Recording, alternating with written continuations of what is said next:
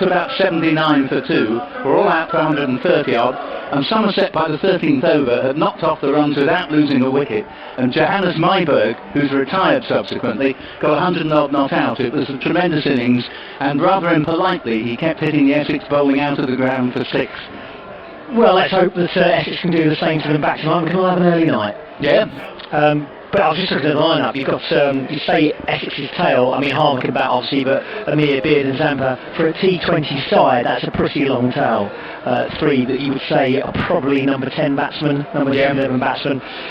Whereas you look at the Somerset side, Jamie Overton bats at number 9, and Jerome Taylor can even give it a whack as well. So no, that's right. And just really what I was saying, that for Essex, absolutely everything appears to depend on the top 4.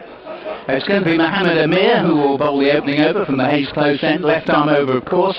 Good to see Mohammed Amir back. Of course he was part of the 2017 County Championship winning Essex team, and he didn't actually play terribly often. He just had that one outstanding game in the Championship at Scarborough where he took 10 wickets in the match, but he did play, I think, around about half a dozen T20 games.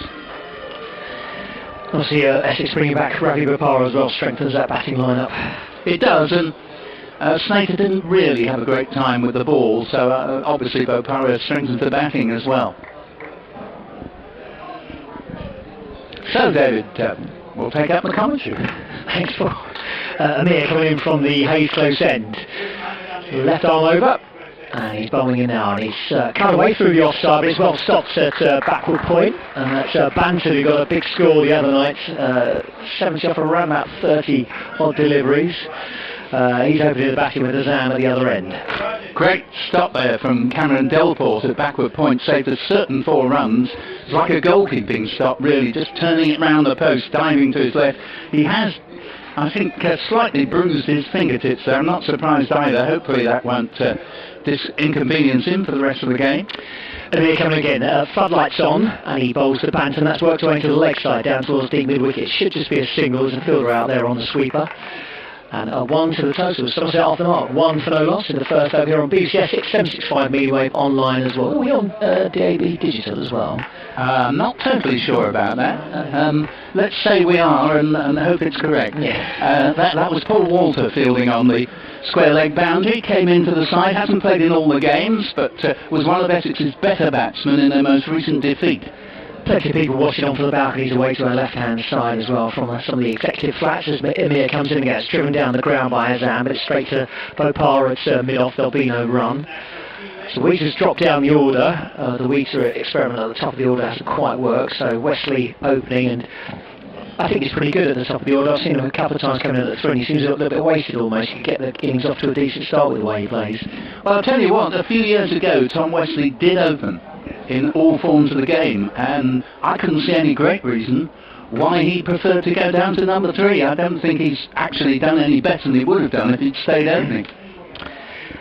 Amir down the slope bowls, that's cut away through the offside, won't beat the man at cover, and that's well fielded as well. Just I think it's Zampa, no, it's Lawrence fielding at cover just on the edge of the circle, and there's another dot ball. Yeah, good start in the field from Essex. They look very lively indeed. But yes, I mean, Tom Wesley did eventually get picked for England. It's interesting looking at it now that England are so struggling. I know Burns has just made a big 100 in the Test match, but they could do with 1 or 2 more opening options, and Tom Wesley could have been one of them. Amir in, left arm over again. That's cut away through the offside. That's a lovely shot. That's down towards the boundary. I think it's going to get there. I can't quite see. I think that's gone for 4. Just bounced over the man at backward point. It was nicely guided away by Azam. Middled out of the centre of the bat and raced off the surface. So despite the downpour we've had, that's a pretty firm outfield as well. Yeah, it was a nice shot as you say, and another terrific attempt to stop it by Delport, but whereas he pulled off a great boundary saving stop to the first ball of the match, that one was just out of his reach. Amir's radar slightly off in this first over. Far too many wide deliveries for the batsman to play at, and he's got away with a couple of them, but not that one. Here comes Amir in again. That's better. Inside edge onto pads down towards the wicketkeeper who fields. And that's the end of the first over. 5 off it, and Somerset at 5 for no loss. I thought Amir got away with a few there. I think you're right. Didn't have the line properly sorted out. I also thought he bowled just a yard too short. Yeah. And those back cuts. The first of them brilliantly saved by Delport, the second one just out of his reach that went to the boundary, rather underline that. We're going to see a much improved bowler this season, Aaron Beard, bowler next over from the River End, and what a start he made when he came into the championship side because Sam Cook had a side strain. Hopefully Sam is reaching fitness again. But Aaron Beard came in, I think it was against Hampshire, and took 4 wickets with his first 13 deliveries, and he certainly gained a yard in pace over anything I've seen from him in previous seasons. Still not quite full here at the county ground, but there's a few white seats dotted about as Beard right over comes in, bowls, and that's defended back to the bowler, and there is no run. Banton on strike, he's 1, Adam 4, Somerset 5 for no loss in the second over here on BBC Essex for myself, David Brett, and Paul Newton. And there's that strange county championship game on next weekend. Yes, the almost dismembered county championship game in the middle of the T20 at Canterbury in just over a week's time. But that was bang on the right length from Beard, that first ball. Perfect. Beard coming in his yellow shirt, bowls, that's in the air, but it's straight down the ground. That's a lovely shot, playing through the line of the delivery and straight down the ground for 4 runs. Lovely strike, that one from Banton. I said he was got himself in form in the last game, and that's a lovely strike down the ground. 4 for him, 9 for Somerset, 9 for no loss in the second over. You put the buckles on it, Paul. Well, there was nothing wrong with the delivery. It was a superb shot. I mean, Banton is a serious talent, and hopefully he can eventually go on to fill one of the several gaps I think there are in the England batting order just at the moment. The problem is they're all wicket keepers, aren't they? Well, yes. And I mean, even Joe Root, the best of our batsmen, isn't in the best of form. You know, in the previous home series, he and Steve Smith virtually traded run for run. That isn't happening now, you know, so even the captain is rather out of form. Banton, though, is very much one of the very promising young talents on the county circuit. There was very little wrong with that delivery from Beard, but Banton is just good enough to put his left foot down the track, hit it on the up West Indian style, crashed it back over the bowler's head. And these two sides both in contention for the county championship title as well, and Essex go to Somerset on the last game of the season. Yeah, very much so. Essex with that most recent win in the county championship. It's so long ago I've almost forgotten who it was against. It was actually against Warwickshire here in the match that was switched. It was meant to have been the away game first, and Essex, as a result of that, and Somerset getting hammered at forget where he was at Headingley in fact.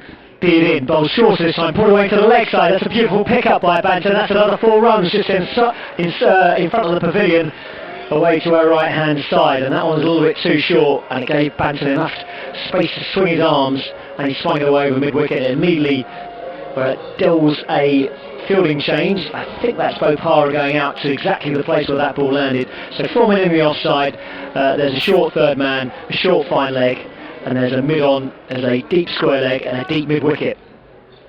Beard, number 14 on his back, he's up to the stumps again, bowls reverse sweep this time. That's a lovely shot, picked up over the man at short third man, turned it into short fine leg, and that almost went all the way for 6. It's a 4 runs, and Somerset 17 for no loss in the second over. Lovely pick-up.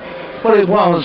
He really is a talented player. I know our colleague Nick Leadhill thinks the world of Tom Banton, and he must have a good eye to pick a ball right arm over to right-hand batsman on middle and off. If he misses it, it bowls him. But he caught it absolutely flush. There's a man just inside the circle, went way over his head. Brilliant batting. 13 to Banton. Challenge on here for Beard. He's getting hit all over the park. This one's pulled away. That's another 4 runs. That one's over short fine leg, and he's caught that again. And Beard's going for some runs in this over. And it's 17 to Bantam. That's 16 runs off the over so far. Well, that's really, in these 4 fours that have come in this over, that's the only one you could say was a poor delivery, because he dug it in short and it did rather get what it deserved. But you just sometimes in T20 cricket have to keep your spirits up as a bowler and accept the fact that batsmen will take every risk going, and if they pull them off, there's not a lot you can do about it. Merciless so far from Banton as Beard starts his run again. Watery sunshine here at the county ground in Chelmsford. Beard bowled. That's in the air as well. That's going to go for at least 4. Might even cover the boundary for 6 runs. He didn't get all of that either, did he, Banton? But he got enough on it just to clear the boundary rope down over long off. And a devastating over that from an Essex point of view. 20 off it. Banton goes to 23. and Somerset at 27 for no loss after 2. Yeah, 22 in fact, I think, off the over, 4 fours and a 6, and the first ball was a dot ball, so he began well, but I'll tell you what, I don't think anybody will be all that keen on bowling to Banton. He's got such a superb eye. This is a man who can play good championship cricket. It's not that he can't play the longer form of the game, but he's just showed what a terrific player he is. I'm pretty certain I remember he opened with Johannes Meiberg in Somerset's 10-wicket win over Essex in the match at Taunton last year. Basically what happens is there are 9 teams in each group, and you play 6 of the teams twice, and the other 2 teams, which in Essex's case are always Somerset and Sussex, just the once. So in terms of Somerset-Essex games, it alternates between a game at Taunton and a game at Chelmsford, and at the moment this is looking frighteningly like the game at Taunton last year when Somerset won by 10 wickets. You know what's so impressive about Banton so far? He doesn't seem to be swinging the kitchen sink at no, deliveries either. He's brilliant timing. Swinging through the line of the ball. Zampa bowling to Azam. Maybe a bit of respite here. Driven down the ground. There's a long off back. And it'll just be a single. Essex trying to quieten down, take the pace off the ball and force Banton to actually maybe make a misjudgment and try and come down the track or heave at it and mistime his swing. That was a single to the total, 3rd over, and Somerset at 28 for no loss. Well, Babar Azam is a very explosive, brilliant young batsman, but the way Banton's going about it, Azam probably took a view there, or I'll just push a single and put the lad back on strike again, and be interested to see what he makes of Zampa here. Okay, so they're bringing long off back up into the circle. Deep mid-wicket is coming round to more of a square leg position, and there's also a deep point. So Zampa's got to be accurate here, and I think 2 full and straight is going to get pumped straight back over his head. And as long as he can clear the infield, he's got space at straightish mid-wicket and straightish cover. And he's down the track, he just clips it down towards mid-on. I'll take a quick single, throw comes in at the stumps, but it's well wide. Fielded by Delport, another run to the total, 29 for no loss, and a challenge here for Zampa. Yeah, it's been a pretty good start for Somerset, and by definition, therefore, not a great start for Essex, but it's all going to be down to whether they can start to pick up wickets. Zampa with his yellow headband on comes in now. Right arm leg spin, bowls, and that's turned away into the leg side. And it's played down towards deep mid-wicket, just a single. Quietened down so far in this over, 29 for no loss in the 3rd here on BBC Essex. You can also get us online, bbc.co.uk, and that's where you can catch us for all the county championship stuff as well, which, as we said, starts again on the 18th of August at the county ground in Kent. As Zampa bowls, Banton down the pitch, he drives that back past the bowler. Again, I'm not sure he got all of that, but it raced away straight back past the stumps, and 4 runs.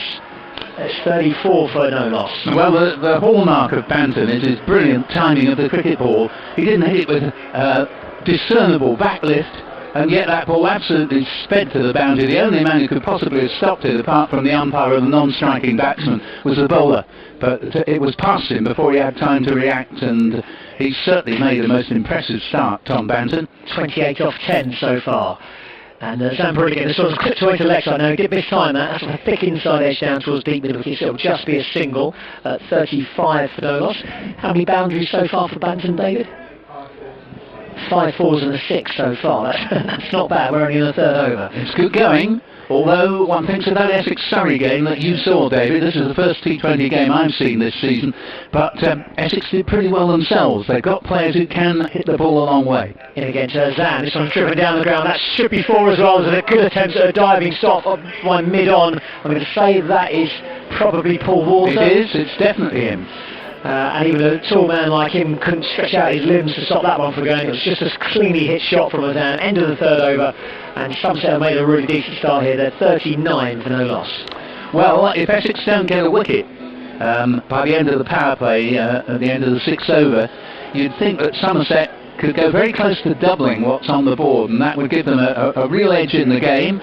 Aaron Beard, having gone for 22 in his over, and I didn't think it was that bad an over, but his place has been taken by Paul Walter, who will bowl the 2nd over from the river end, the 4th in all, and he has the unenviable task of trying to bowl to these 2 Somerset batsmen who've really gone about it in a very spectacular way here.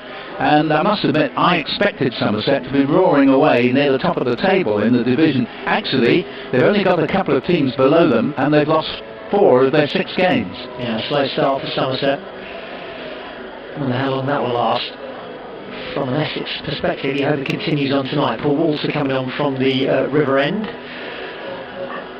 And, well, I've seen him bowl well in the T20. And he's coming in now. He's coming left arm over up to stumps. He bowls. That's over the leg stump. That's a wide. So he starts off with a little bit of a drag down the leg side. A big swing of that from Banton. Does get a hold of it. And there's 2 to the total. 40. Just one, I think, for a wide. 40 for no loss. Yes, it was just a wide. I mean, anything that misses leg stump is a wide, and it missed it by no more than a couple of inches. Walter in again, number 22 on his back. Bowls outside of some, that's clubbed down the ground. That's another lovely strike from Banton. 4 or 6? It's 4. Again, there's not really much you could do. I slightly overpitched from Walter. He certainly wasn't hitting it on the up, but he's just got a beautiful swing of the bat. 4 more to Banton. He goes to, he's got the scoreboard so far. I think he's gone to 33, and Somerset at 44 for no loss. Well, it's so effortless from Banton. You know, listening at home, you may get the impression that he must sort of pull the bat back and hit it as hard as he can, but it isn't. It's all timing. He's a beautiful striker of a cricket ball, to say such a young player, only I think his 2nd full season with Somerset, and certainly if he can sort of play this well in the one-day game, you'd say that he's got to be a big call for international ODIs and maybe even Test cricket before too much longer. Walter in, bowls again to Banton, who just guided down towards short third man for a single. 45 for no loss, 34 to him, and every time the ball's been in the air, the fielders haven't been in play at all. No, I mean he's hitting it in the right areas. Sometimes Essex in this competition invariably seem to hit it down somebody's throat, but he's found the right areas. And he played that impressively, because a bit of credit to Paul Walter there. He took the pace off that ball. It was a slower ball, and the Banton saw it coming, waited for it, and just guided it along the ground to the man on the edge of the circle at third man. Deep square leg and deep mid-wicket back. This one's always off the outside edge of the bat. Batsman Sam just lost it a little bit there. Hand off the bat. He swung it away into the offside. It's fielded by Bopara at cover on the edge of the 30-yard circle, and a dot ball. Played it one-handed, took the right hand off the bat. At least he played with a straight bat, even though ironically it then went off on the outside edge all along the ground to Bopara in the covers. He's only got 10, but he's got 10 off 8 so far, as Walter comes in another slow ball, just clipped away to the leg side. There's at least a single here. I'll think about a second, but the fielding's good from Lawrence, who comes whipping round from the deep square leg boundary and fires it in over the stumps. Lovely bit of fielding, that. Well, Essex really have done nothing wrong in the field. Must say I do like the change of colours for Essex this season. They are yellow with navy blue numbering, navy blue trousers, and rather natty blue and yellow quartered caps. The previous delivery was the only first up ball in the 3 overs. That's whipped away to the leg side, and Banton bisects the 2 fielders on the leg side at square leg and deep mid-wicket, and goes for another 4 runs. So the boundary's raining here for Tom Banton, and Somerset go to 50, Banton to 38. 50 and only the 4th over, and you just made a very good point a moment or two ago that Banton is so good at finding the gaps in the field. When he's hit it in the air, he's been nowhere close to being caught, and that's one of the arts of batting. He's actually batting 360 at the moment. Essex are almost chasing him round. This one's a slow delivery that's guided into the offside. A run through for a quick single. 51 for no loss in the 4th, and that's the end of the 4th over here on BBC Essex 765 medium wave and online. Yep, David Brett there, Paul Newton, and our scorer David Jackman. And as I look away to my right, the Somerset commentary is shared between Somerset's very own Anthony Gibson, a veteran of the Somerset Airways, and with him is a bloke I can barely recognise, but it looks from here like Dick Davis, who is doing the Good Samaritan job. He came along to watch this evening and saw that whoever was meant to be joining Anthony Gibson hadn't made it down, so Dick is filling in. Any chance to get on there, Dick? Oh, absolutely, he's loving it. Well, we're going to see the big bopper come into the attack. Ravinder Bopara from the Hayes close end with 51 for no wicket in 4, And you never know, Ravi can sometimes be a little jack in the box who'll pick up the vital wicket. Yeah, well, if he starts with a slow ball, he bowls in here. It's not a slow ball, it's back of the length, and Banton trying to whip it away. Skiddy is Bopara, finds the man at mid-on, and applause for the dot ball. 51 for no loss in the fifth. Leading contender for the bowling prize, just on the strength of bowling a dot ball to Tom Banton. Well, he's skiddy, isn't he? He comes onto the bat a lot quicker than batsmen expect. Just repeat there, 3 dot balls in the last 3 overs. Here comes Bopara again, and Banton moves around. That's in the out to be caught! Caught it short, fine leg. Banton trying to do the ramp shot, didn't get enough air on it. And Zampa gratefully takes it to the roar of the Essex crowd, and Banton goes for a highly entertaining 39. Somerset lose their first wicket in the fifth, and they're 51 for 1, much to the relief of the Eagles. Well done, Simon Harmer, bringing Ravi Bopara into the attack at this juncture. As I say, he's a jack-in-the-box character. You're not going to lose by bringing him into the attack because everybody's been blasted around the ground that the previous bowler's seen. And for me, what that amounts to is an experienced old hand coming in and showing, he's a crafty so-and-so, is Ravi, and he's picked up that wicket. What an important wicket that is, because if Essex had not got Banton out, he would have reached his century by round about the 12th over, and probably it would have been game over. So although it doesn't mean that Essex will now go on and win, but it does mean that if they can pick up another couple of wickets in the next 3 or 4 overs, they're right back in the game. So Bopara just trying to turn the game here for Essex, and he started off very well, getting the wicket. It was a predatory Banton, who's looking fine form again. He's gone for 39. New batsman is James Hildreth. Very fine player. He is. As Bopara moves in, bowls Hildreth straight down. Stuck on it, and he has caught! Short mid-wicket. He's hit too cleanly. A lovely diving catch on Paul Walter. Low to his right-hand side. Took it with 2 hands.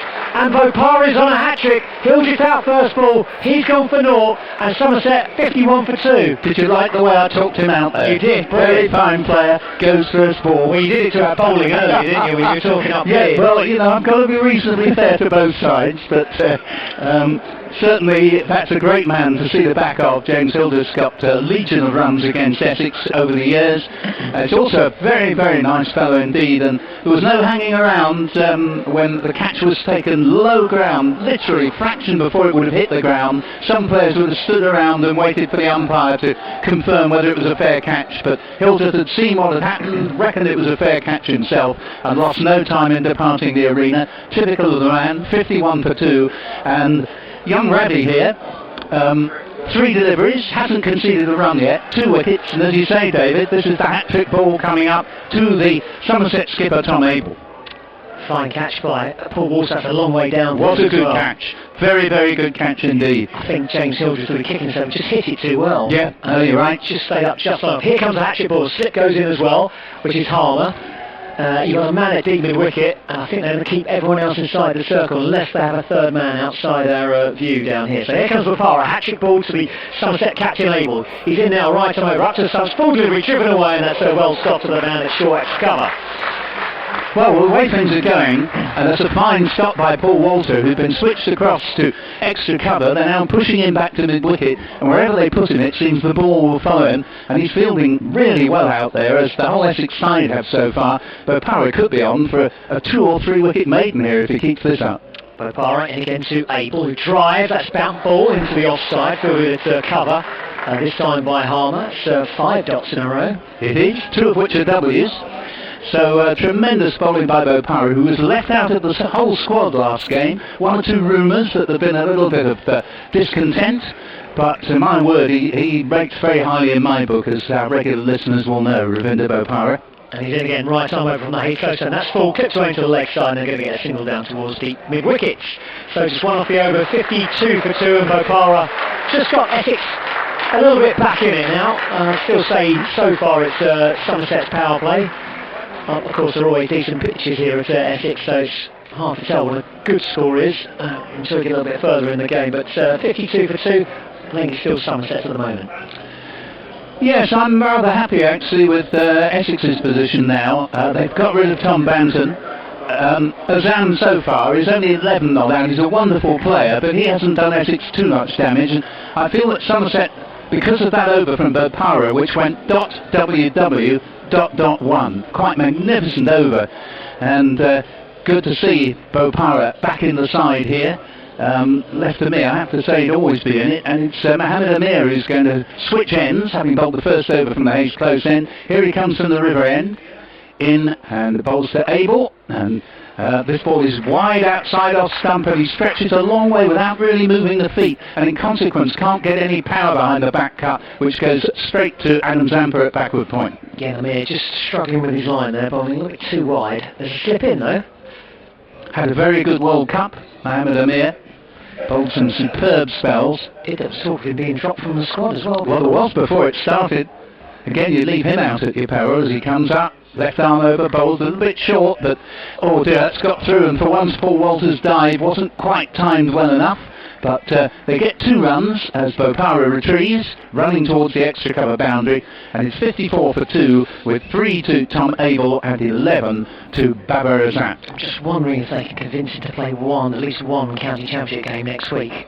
Yes, I had that thought as well. It'd be wonderful if they could, because it may be included in his time when he's here anyway.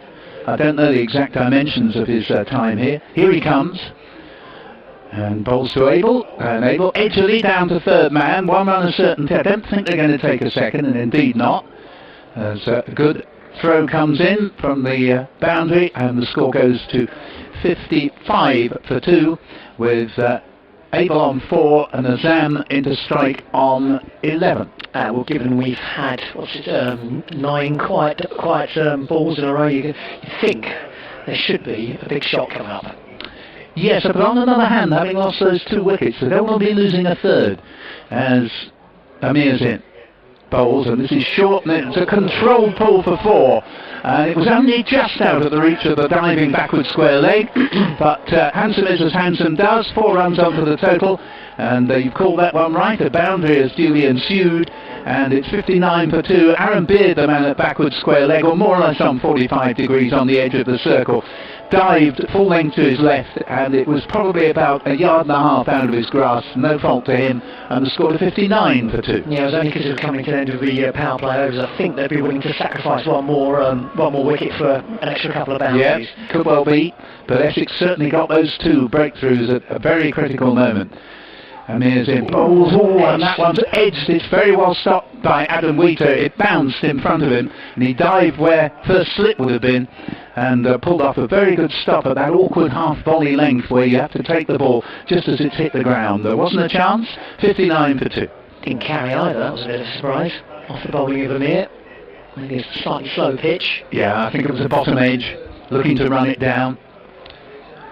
Amir just asking third man to go a little bit finer, and doesn't take any prisoners with his directions. Amir, he sort of waves at people and signals quite distinctly as this next ball is pushed off the back foot wide at mid-off. Tenderskava will field on the dive. They get a single. 60 for 2. The end of the Amir over, 8 runs from it, but having said that, in the power play, I think it's settled for 8 runs. The average over has gone for 10, but that over of Bopara, .1, has turned this game very much back into an even contest, where Somerset, at 39 for none in 3 overs, look to be racing away with it. 60 for 2, 6 overs gone. Interestingly, Bopara's been hauled off straight away, so assuming that they're saving him just in case another partnership develops through this game, he'll be the partnership breaker. Yeah, and also, if you notice, nobody so far has bowled 2 consecutive overs. I think it is very much the tactic in T20 cricket to switch the bowlers round over by over. Zampa will bowl from the Hayes close end. Comes in and bowls, and Babar Azam out to deep mid-wicket, single. 61 for 2, and he moves along now to 17, and he's a brilliant player, Babar Azam, as we saw in the World Cup. Very good signing for Somerset. I don't think we've been on there together since we won the Essex won the World Cup, England won the World Cup, but I just always think myself in that Jason Roy position, I'd be absolutely bricking it. Yes. Pick up that ball, I'd be a bumbling mess. Oh yeah, no, that's right. Zampa will now bowl to Tom Abel, the Somerset captain. Pushes it up his sleeve, but there's no one inside the circle, so it's a perfectly safe shot. Out to Bopara at deep mid-wicket. Sends in his usual good, risky return over the top of the bails. It's still a magnificent cricketer, Bopara, at 62 for 2. Zampa again. In and bowls, and this ball is driven down to long off for a single. And that takes the score to 63 for 2, and Abel has 5 and Azam 18. Sorry, the reason I said that is because that was pretty much exactly the same situation. A clip into the deep mid-wicket, and Bopara showed how easy it is to do it when not under that extreme No, that's pressure. right. Zampa again.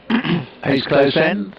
Bowls, that keeps it a little bit low and causes the batsman to reach down at the last moment to make an adjustment. Single out to Paul Walter at deep cover, 64 for 2. And Abel moves along to 6 and Azam on 18 into strike. Yeah, a lovely sunset at Essex as well. It sort of dies over the pavilion. And it's maybe not so nice for the people in the community stand because it's right in their eyes, but it looks beautiful from where we're sitting. It does indeed, lovely sight. Zampa's in, a little bit short, a back cut for 4. That was a poor delivery from Zampa, and 68 for 2, and Babar Azam can hit much better balls than that to the boundary. Moves along to 22, so we're in the 7th over. Somerset won the toss and batted. They made a rapid start before Bopara came into the attack and had Tom Banton looking for the scoop, caught by Zampa at short fine leg for 39, and held it out first ball to a brilliant diving catch at short mid-wicket by Paul Walter for naught. And here is at least one more run, and it will just be the one, and Azam moves along to 23. The score is 69 for 2 in the 7th over, Somerset having won the toss and batted. And it is a lovely evening at the moment, for all the fact we started off saying there might be another storm on the way, but doesn't look quite so good for Friday's game at Cardiff. I could well be making my way down there and coming straight back again, because the forecast looks fairly intimidating. Yes, I remember my first trip down to Cardiff. A, I went to the wrong ground, but B, it was rained off anyway, so it didn't matter. But yes, when it rains down there, it properly rains. Which ground did you go to? Well, I went to Sophia Gardens, the old Sophia Gardens, and the game was in Swansea. Yes, indeed. I missed it by quite a long way. Indeed, yes, it takes quite a good throw to get the ball from Cardiff to Swansea. Here comes Simon Harmer, the skipper this year. Tremendous man, 65 wickets in 9 championship games so far. 10 championship games, I should say, as Harmer comes round the wicket. Oh, what a good first ball. It pitched Midland leg and just turned enough to miss leg stump, and because it missed leg stump, it's been signalled a wide. But I'll tell you what, that was within a millimetre or two of cleaning out Babar Azam. But this will therefore be at least a 7-ball over, as again Harmer from the river end bowls, and this ball is played back down the pitch. The umpire standing at this end is Graham Lloyd, and at square leg the only Essex-based umpire, and that is Neil Bainton. Very, very nice chap indeed. Here's Harmer in, and bowls, and this ball is driven firmly down to long off. They're going to look for 2 here, and they probably make it. Throws on its way in, and indeed they can complete it quite comfortably. Babar Azam played the shot. It was therefore, the ball having gone to long off, Tom Abel, who had to make it to the danger end, but he's pretty quick. 72 for 2 with 25 to Azam and 6 to Abel, as Harmer's already on his way back in. Bowls, flatter, slower ball, single out to deep mid-wicket. Dan Lawrence is herring in to make sure it will only be the single. 73 for 2, and Azam on to 26. Yes, I remember sitting in the car for the best part of 3 or 4 hours waiting for the call from Dick that it had been rained off for the day, and just the weight of the rain smashing on the roof of the car. It was quite terrifying. Yeah, when it rains down there, you know, it really does rain. I love it down in the Welsh direction, but certainly can rain hard, and this ball's been pulled away for 4. And don't think Harmer bowled the ball he was trying to bowl there, and it rather invitingly presented itself to Tom Abel, the Somerset skipper, who's turning into a very, very good cricketer, and he pulled the ball away to backward square leg and to the boundary, and it's 77 for 2, and Abel, beginning to look dangerous here, has 10. Yeah, I mean, I'd recommend, even if you're a supporter, to go down there, and if the game's on, obviously it'd be great, but Sophia Gardens is lovely to walk around. Oh, it is. It's a wonderful venue, as Harmer's in and bowls, and this ball is hit in the air, one bounce down to Paul Walter at long on. He's distinguished himself in the field with that brilliant catch to get rid of James Hilder's first ball, but they're always going to get one run there, and Abel moves up to 11, and the score to 78 for 2, and we're in the 8th over, and Harmer bowls again, and Babar Azam will also pick up a single. They'll think of a second here, they're going to come back for it. Walters throws on the way, but being a left-hand thrower of the ball, he had to run round it to throw it in. It was a good return, but they easily completed the second run, and Azam moves to 28. And the score is 80 for 2 in 8 overs, exactly 10 and over being scored. Yeah, good knowledge from the two batsmen out there. They saw it as Walter, the ball was going to, so knew he had to run round it to get the throw off balance. He got the throw in over the stumps, but couldn't quite get the power. I just noticed there as well at the end, Simon Harmer, just something well with the umpire, was complaining about something. He was not happy, I'm not sure what it is, but the umpire gave him a short, sharp shrift, and Harmer goes back to his fielding position. Ravi Bopara, 1 over, 2 wickets for 1 run, in sharp contrast to everything else that's really happened here tonight. He's now going to bowl the second of his 4 from the Hayes close end, the end from which he bowled that magnificent over to get rid of Banton for 39 and Hilder first ball for naught. I thought he'd be tempted to get one more inside the circle here, just because he's got better control over the ball. Yeah, here he comes. Bowls and able to snick this one down. A bit unkind to say snick because it was a deliberate run down to Zampa down beneath us in front of the Tom Pearce stand away to our right at this lovely county ground here in Chelmsford. They get a single, 81 for 2, able to 12. Well, he started well, Bopara. It was a little bit wide from him, but in general they're finding it difficult to get him away. On his way again, and bowls to Azam, a little bit short, but all he can do is just drop the ball sedately down to Cameron Delport at backward point, and there is no run.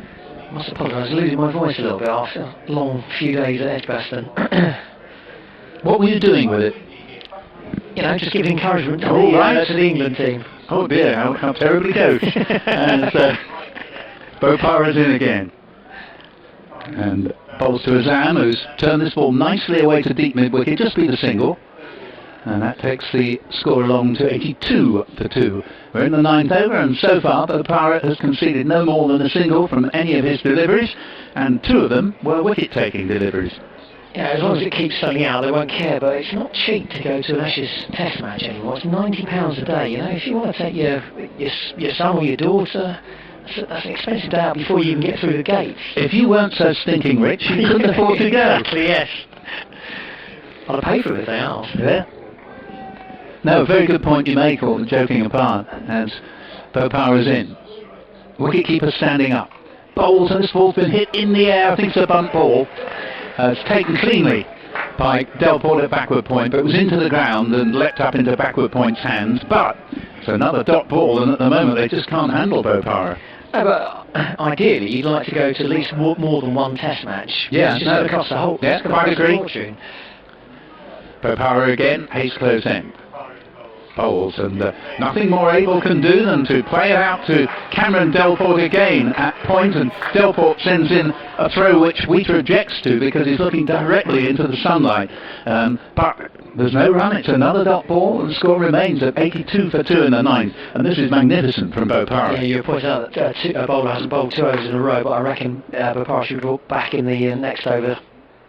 And here's another one that probably, well, might get a second here.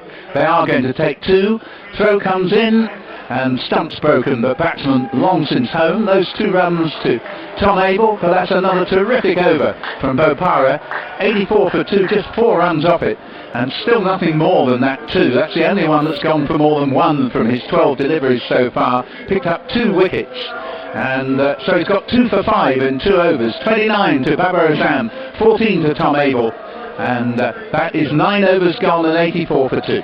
Yes, as I was saying, finding it so difficult to get him away. Just build a little bit of pressure, bring him on next time he's available, which is after this Aaron Beard over from the River End. But at the moment, Simon Harmer still going with the option of rotating his bowlers every over.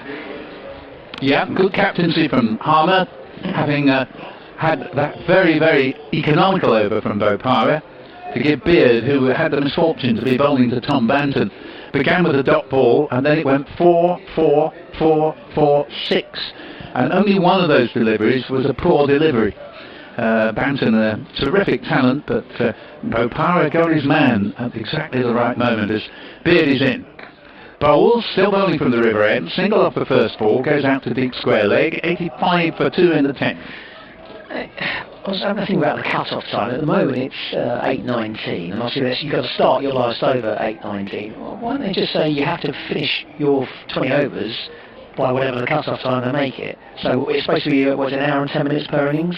Hour and a quarter. Hour and a quarter. You say, but you have to have bowled all your overs, otherwise you start getting penalised. Here's Beard again. Bowls and the scoop, and it's excellently executed. It's 4 or 6, just waiting for the signal. 6 goes out on the full. Brilliantly played there from Tom Abel, who moves along to 20 in the score to 91 for 2 in the 10th. Because all that happens is they get to their last over, make sure they've got that bowled in time, and then they spend about another 10 minutes doing the last over, fiddling about with the field. Just get on with it. Yeah. It's 2020 cricket. They invented it for a reason. That was to keep people interested. Problem with the last over, people almost start losing interest with the amount of time it's taken over to set the fields.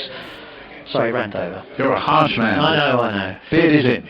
Balls to Abel. Abel flourishing off drive for 4. That's magnificently played, and poor old Aaron Beard is taking rather a lot of stick here, because having gone for 22 in his first over, he started with a single, and then there's been a 6 and a 4, so 11 have come off 4 balls of this over, and the score races along to 95 for 2, and Abel has 24. He's beginning to overhaul Babar Azam, who's on 30. Of course, I'll be the first person to complain when a bowler gets battered all over the place because they haven't taken enough time over the last over.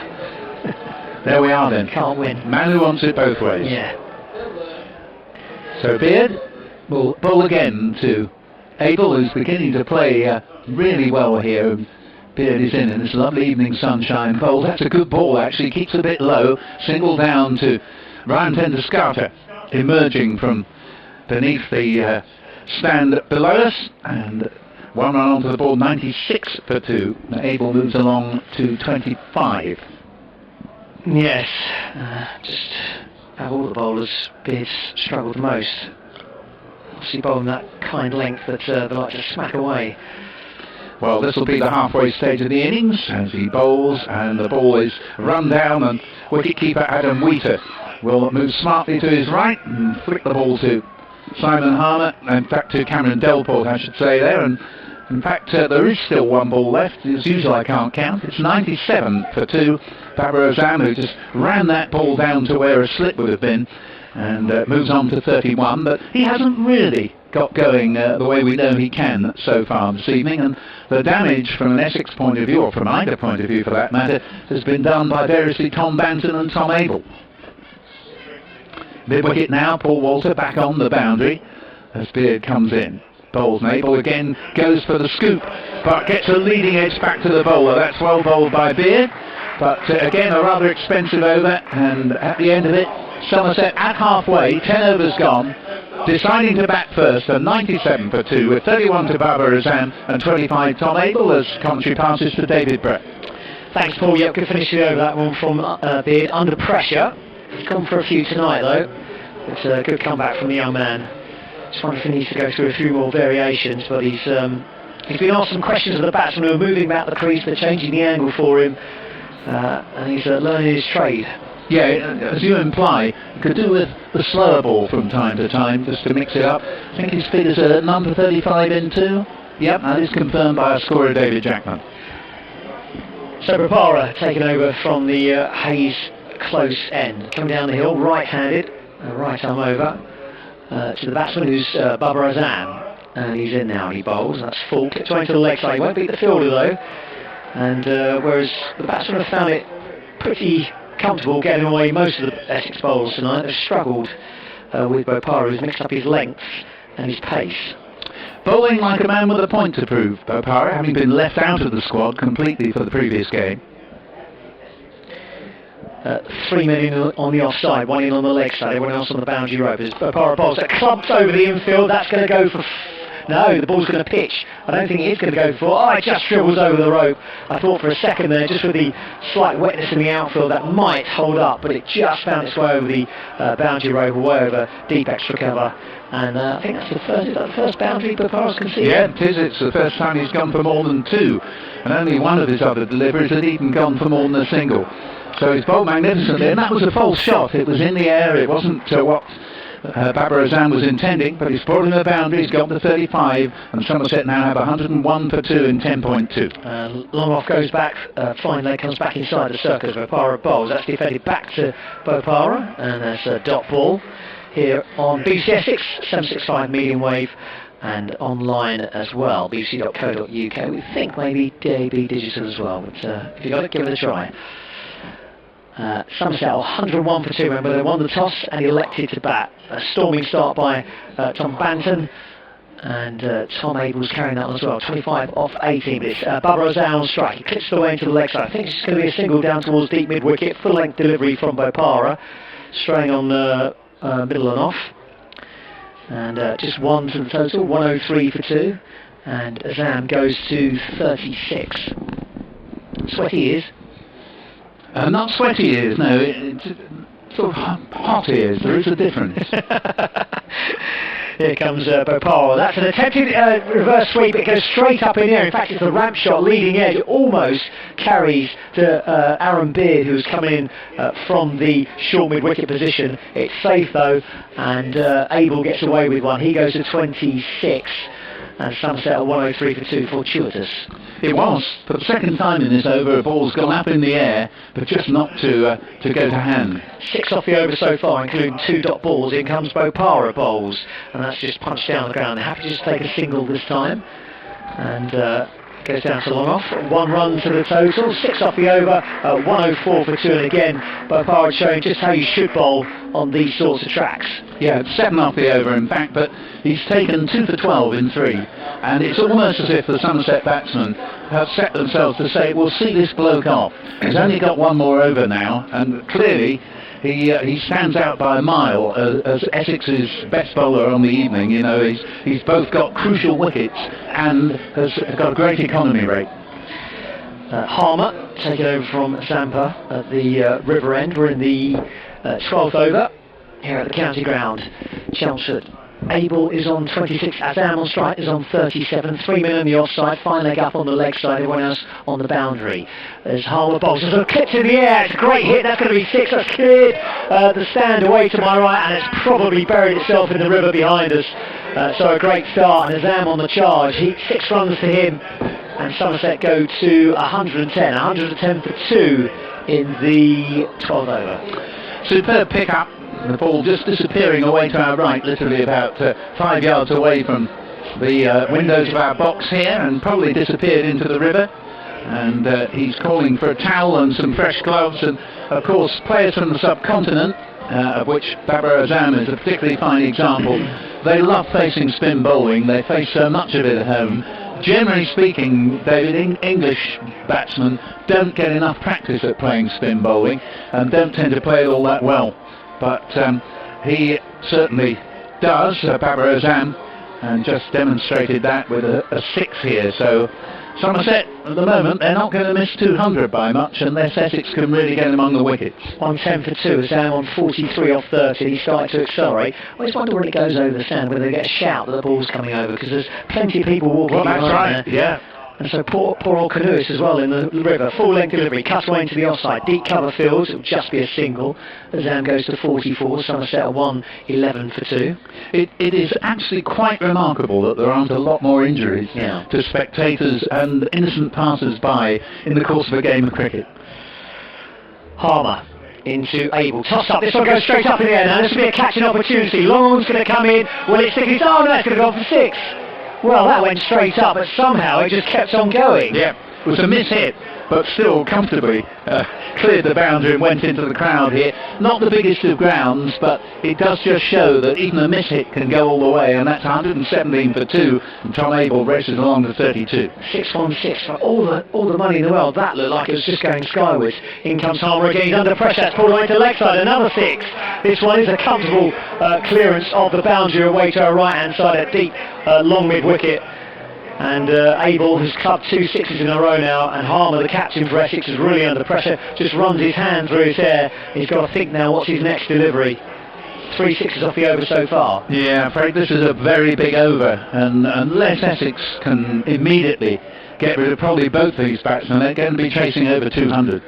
123 for 2. This one's clipped down the ground, and this is going to interest the field. Oh, it's just dropped short, and it's bounced away for 4 as well. A tricky one for Paul Walter, coming in off the boundary rope, and the ball just never quite had the legs to carry through. He had to dive in front of it, and unfortunately it just came off the inside of the post and went away for 4 runs.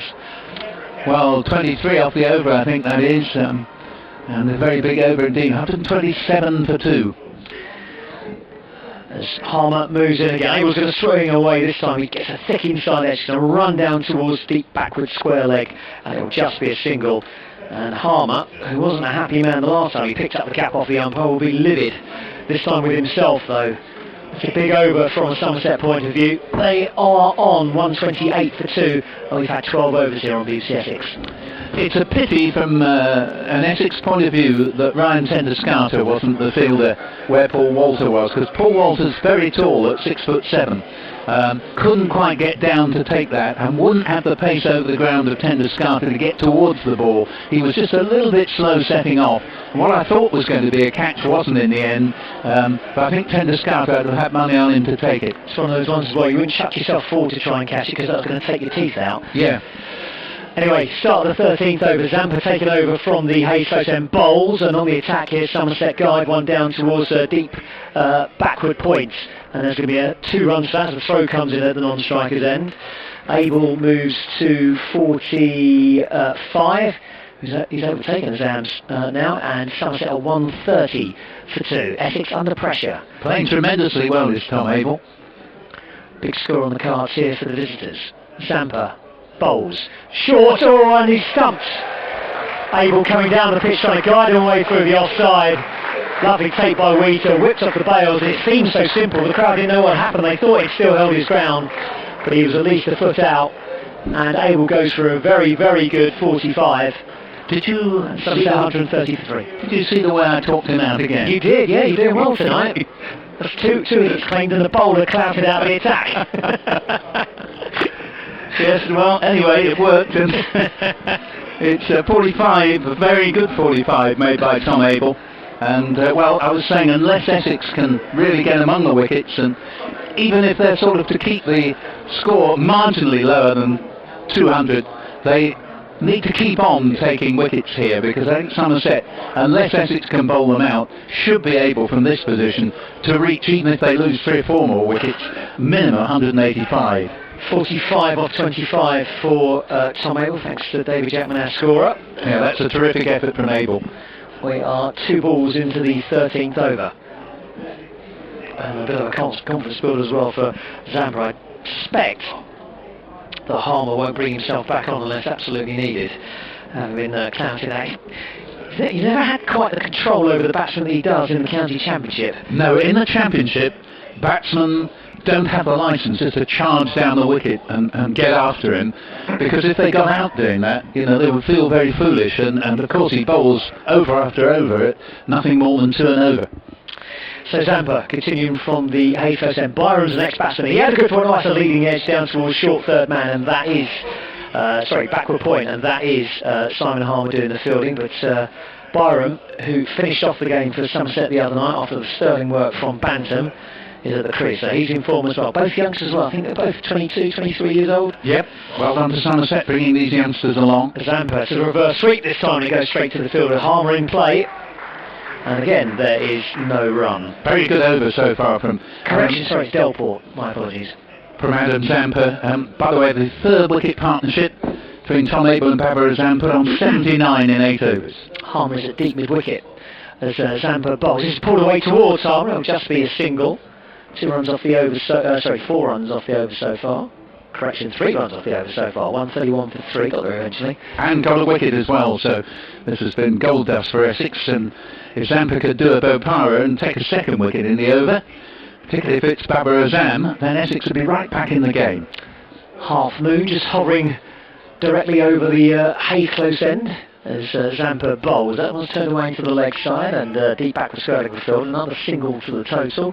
So that'll be 4 off the over and a wicket. Excellent over from an Essex perspective. Somerset 132 for 3. Speaking of the Moon, did you see all the Moon documentaries and programmes that were on a couple of weeks ago? No. They were very, very good. Yeah. Excellent stuff from the BBC. Excellent work. So, very good over from Zampa there. We're going to see the frog in a blender bowler. Dan Lawrence with his very eccentric off breaks bowl from the river end, and this is Harmer basically saying, well, my off breaks have got hit clean out of the ground too many times, you have a go, Dan, and you try your off breaks and see if your rather funky action can bring about a better result here. 132 for 3. Well bowled that over to Adam Zampa. Well, Somerset don't have to worry about wickets at this stage. They've got plenty of batting to come as well. And they've got a healthy score on the ball. 132 for 3 in the 14th. As Lawrence bowls 4. That's clipped into the leg side. They have to field off his own bowling. It will just be a single. And Azam, who probably won't have seen much bowling quite like that. No, he loves his bowling, Dan Lawrence. Whenever I'm interviewing him after a game, I always mention his bowling. A smile comes to his face because it's kind of like a bonus for him. He's there as a batsman, but he loves to have a bowl. 133 for 3 here on BBC Essex 765 medium wave and online as well. Here comes Lawrence bowls and attempted cut away by the batsman, goes straight through for the wicket keeper, and there's a dot ball. So yes, a little bit of pressure building on Byron. Yes, Lawrence pushes it through that a little bit flatter and quicker than Harmer.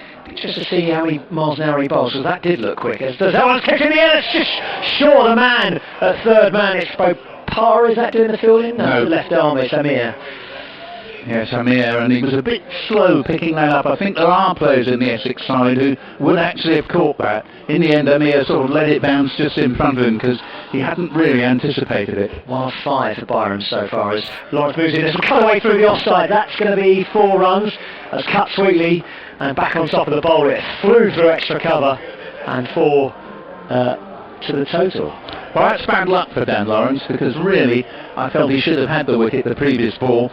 And that's a fine shot, absolutely hammered through extra cover by Byron. 137 for 3. Going towards the end of the 14th over. As Lawrence moves in, gives us some air. Oh, that almost yorks the batsman. He gives a big mighty heave at it. Puff of dust blows up in the air. The ball squirts out into the offside. And it'll just be a single to the total. 138 for 3.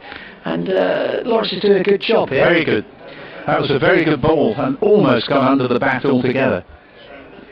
Lawrence just adjusting his field. Backward point coming around. There's almost 2 short third mans now as Lawrence bowls. Gives some air. Punch down the ground. It'll just be a single towards cover. And that is the end of the over. That's a decent over from Dan Lawrence. Just 7 off it. 139 for 3. Byron on 6 and Azam on 47. I think that was. Well, could well have had the wicket there of Byron. And as you say, really good over from Lawrence. And in the later stages of T20 innings, if you go at 7 and over, you've done a pretty good job. 139 for 3 and 14, 6 overs to go. And can Essex keep the Somerset score under 200, I think is the key question here. 47 to Babar Azam. In one way he's done a very good job because he's been the glue to the innings.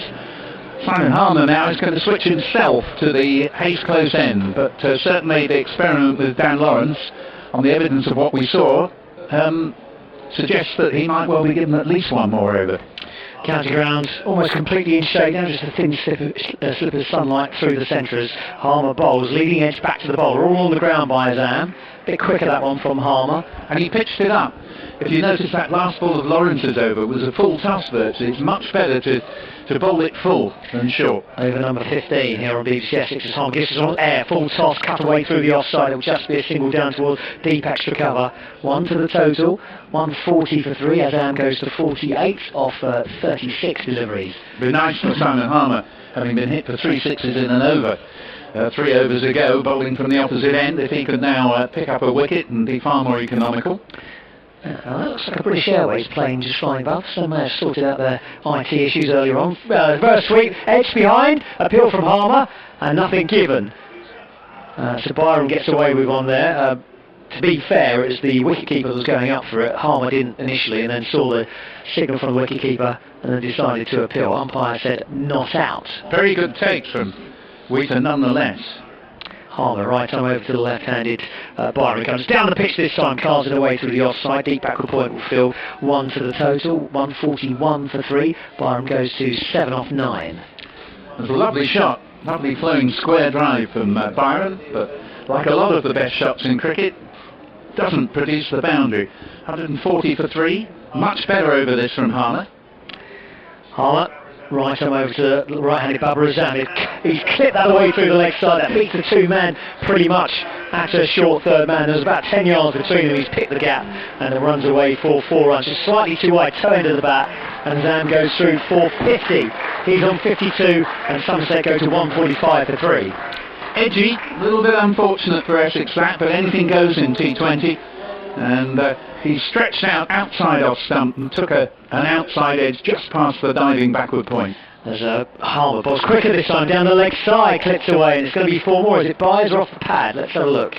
It's 4 runs off the bat and a poor end to the over for Simon Harmer. 8 conceded off the last 2 balls, and Somerset finished the 15th over on 149 for 3. Yeah, sadly the good work of earlier in the over undone with those last 2 deliveries. 10 runs from it, 149 for 3 and 15, and Essex will very much hope to keep Somerset from a really big over among the last 5. Bopara, who's bowled his first 3 overs from the Hayes close end, is now switching to the river end, and he's taken 2 for 12 in his first 3 overs. Been absolutely magnificent. Can he find the same success? Switch to the river end. Lovely clear blue skies over the county ground now. Yes, the sun's disappeared now from illuminating the pitch. There was a moment a couple of overs ago where it exactly covered the 2 wickets end to end. Anywhere beyond either end was in the shade, but now it's gone completely. Bopara for the second time has to abort his run up. There's the cover, you know, they've got a cover, and you remember David Willey steps on the cover in the run up to the Bopara's had to change his run up because of a cover. So here he is round the wicket now. Bowls to Byron, and he's lobbed this one in the air, and there's no close mid on. They're just going to get the single to Paul Walter, who doesn't pick it up cleanly and doesn't send in the best of returns, but it's not to matter. Only 1 onto the board. Slight applause breaks out for Somerset. 150 for 3 wickets, with Babar Azam on 56 now and 7 to Byron, and we're just into the 16th over. To the right-hander, Bopara is going to switch back to over the wicket. Well, he's going to adjust his run-up slightly here, maybe go wider of that cover. It's strange the way that's suddenly come about, because that cover must have been there the entire time he's been playing. Yep, of course he's been bowling from the Hayes close end previously. Here he is, and bowls, and ball hit in the air to mid-wicket, and caught. Simon Harmer takes the catch. And that is the end of Babar Azam, having recently reached his 50th and got 1 more boundary. He departs Paul Harmer, bowled the man with the magic arm, Ravinder Bopara, for 56, as Somerset are now 150 for 4. Yeah, he means business, called for the ball back immediately, didn't celebrate. A lovely slower ball, short of, back of the length, just sat up. It was there waiting to be hit, but the pace surprised the batsman, and it went straight down the man at deep mid-wicket throat. And they'll be pleased they've got the wicket there. Still plenty of batting to come for Somerset, but it just slows things down. Slightly more important is another dot ball. So the scorecard so far reads: Banton caught Zampa bowled Bopara 39, 51 for 1. Hildreth first ball, brilliantly caught by the diving Paul Walter, and diving and stooping at short mid-wicket for naught. Then we had Abel Stump-Wheater bowled Zampa at 46, and now Azam, who opened the innings, faced the first ball, caught Hammer bowled Bopara, who has 3 wickets to his name, for 56, and Bopara has bowled extraordinarily well here because he's hardly conceded any runs and he's picked up 3 vital wickets. Here he comes. Bowls, takes the batsman on the pad. Might have been an inside edge into pad, but just wait and see if there's a signal from Graham Lloyd. It's a leg by, so that doesn't go against Bopara's account. 151 for 4 is up on the board. 152 for 4, I think that should be. Just check with David Jackman. And now it is 151, my apologies. Bopara around the wicket to the left-handed Ed Byram, who it is a wide, but it was actually a little bit of a help-yourself ball, a little bit of buffet bowling from the first time from Bopara, and surely the batsman would rather have heaved that over mid-wicket for 6, but the lack of pace on the ball deceived him. Well taken by Wheater. Bopara again around the wicket to the left-handed Byram, and this is a slower ball again, and it's been hit out to the man on the mid-wicket fence. Fine bit of fielding, they're coming back for 2, they have to hurry, but they've got there. 2 more runs onto the board, and a good bit of fielding nonetheless, and score to 154 for 4. I tell you, that's a hell of a throw. If it had been over the stumps, I think batsman would have been in trouble there, Byram. Bopara again to bowl to Byram. He's made 8. He goes on the reverse sweep and is caught. Dropped. Terribly badly dropped there. It was an absolute dolly by Mohammed Amir. And that's twice he apologises, but really there was no excuse for that. That carried as well. Terrible bit of fielding there. Well, I thought he should have taken Byram's wicket with a catch in the previous over, bowled by Dan Lawrence from this round. He's switched on, is he? No, it just loops. That was the easiest catch you could imagine as Bopara's in again bowls. Slightly quicker delivery, struck firmly down to long off. Tender Scarter will not be able to prevent them coming back for a second. And the score moves to 156 for 4. And Bopara completes 4 magnificent overs. And he's taken 3 for 18, and it should have been 4 for 16. It should, yes. Bopara won't be a happy chappy with that, but it's been a good night for him so far. Essex's will see. It's going to be an imposing total, whatever it is. 154 for 4 at the moment off 16. 156, so just 156 for 4 off 16. I mean, you back them to get to 200 from here, especially with wickets in hand and the batting to come. It's whether Essex can fight back. They'll fancy chasing anything around about 180, 190. 200 will be... Well, there'll be a lot of pressure on that top order.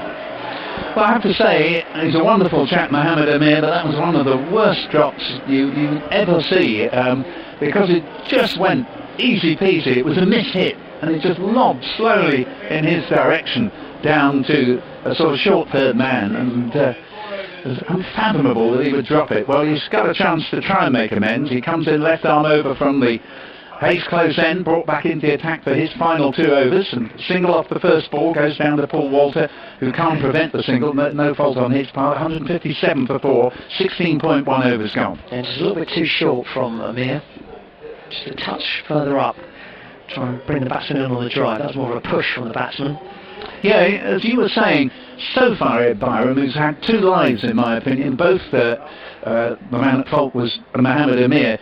But so far he's struggling with his timing, isn't he? We'll see whether he now gets it as Amir bowls to him, and he's hit it for 6. So the answer is yes, he has now found his timing, and it's 163 for 4. It was short from Amir, it wasn't a very good ball, and the left-hander just heaved it over mid-wicket and out of the ground for 6 to take his score to 18, the score to 163 for 4. And the moral for Mohammed Amir is hold your catches, for goodness sake, because if he caught that ball in the previous over from Bopara, he wouldn't have been bowling to Byram.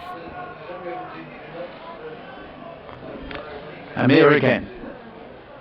Took some fine catches in the World Cup. It's not that he's normally a bad fielder, as he Comes in, bowls, and there's 6 more. And this has gone miles clean out of the ground. That has gone for many a mile. I wouldn't want a car park just there, where it's gone into the car park. That's the biggest 6 of the day, 169 for 4. Byron goes to 24, and I should think he will, if it were Mohammed Amir's benefit season, he would be putting a tenner into his benefit fund, because twice he should have been caught by Amir at short third man. The second time, one of the easiest catches you'd ever see, and he's come back and hit Bopara for 1-4, and now 2 6s off Mohammed Amir. Too short the previous delivery, too full that delivery, and yeah, Amir's profligacy, its short fine leg, is causing him and Essex a few issues. Well, you see, it should have been, had the catch been taken, but 154 for 5, and suddenly Somerset are in a bit of trouble, you know, and in danger of falling well short of what they look like getting. But as it is, if Byron keeps this up, they won't yet get past 200. Mohammed Amir bowls a wide, and he's not having a happy night here at all. That's a dreadful delivery, really. 170 for 4. It appeared to come out of his hand in a way totally contrary to what he was intending to bowl. It went very full and wide down the offside.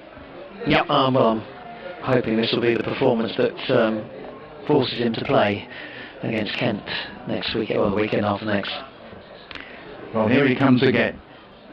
And bowls to Byron. And that's short, and this one, the sort of slower ball bouncer, and that is well bowled. And Byron is onto the shot far too early, misses it. It goes through to Wheater. 170 for 4 in the 17th. Well, of course, Amir gave up the 5-day game for Pakistan to concentrate on shorter form. He's only a youngster as well as the Amir. Was he going to be at 27, 28? Possibly a little bit younger than that. I'd say he's about 25 or 6. But here he is again, bowling to Ed Byron on 24. That's a full toss going down for 4 runs. Well, that's going to cheese him off even more. That actually was a good delivery, to be fair. It was full, it was Yorkerish length, and it just took an inside edge past the leg stump. Not the bowler's fault on that occasion. That was a very good ball. 174 for 4, and Byron, a little fortuitously on this occasion, goes to 28. I wonder if that's going to tempt Mohammed Amir to do a short ball, quick, and around the nose of Byron. Interesting if he does. Let's actually see how quick this pitch is, because Mohammed Amir is not a slow bowler. 18 off the over already. Amir bowls again. It's well pitched up. It's played out into the covers, and in fact there's no run here. That is a dot ball, and the over ends.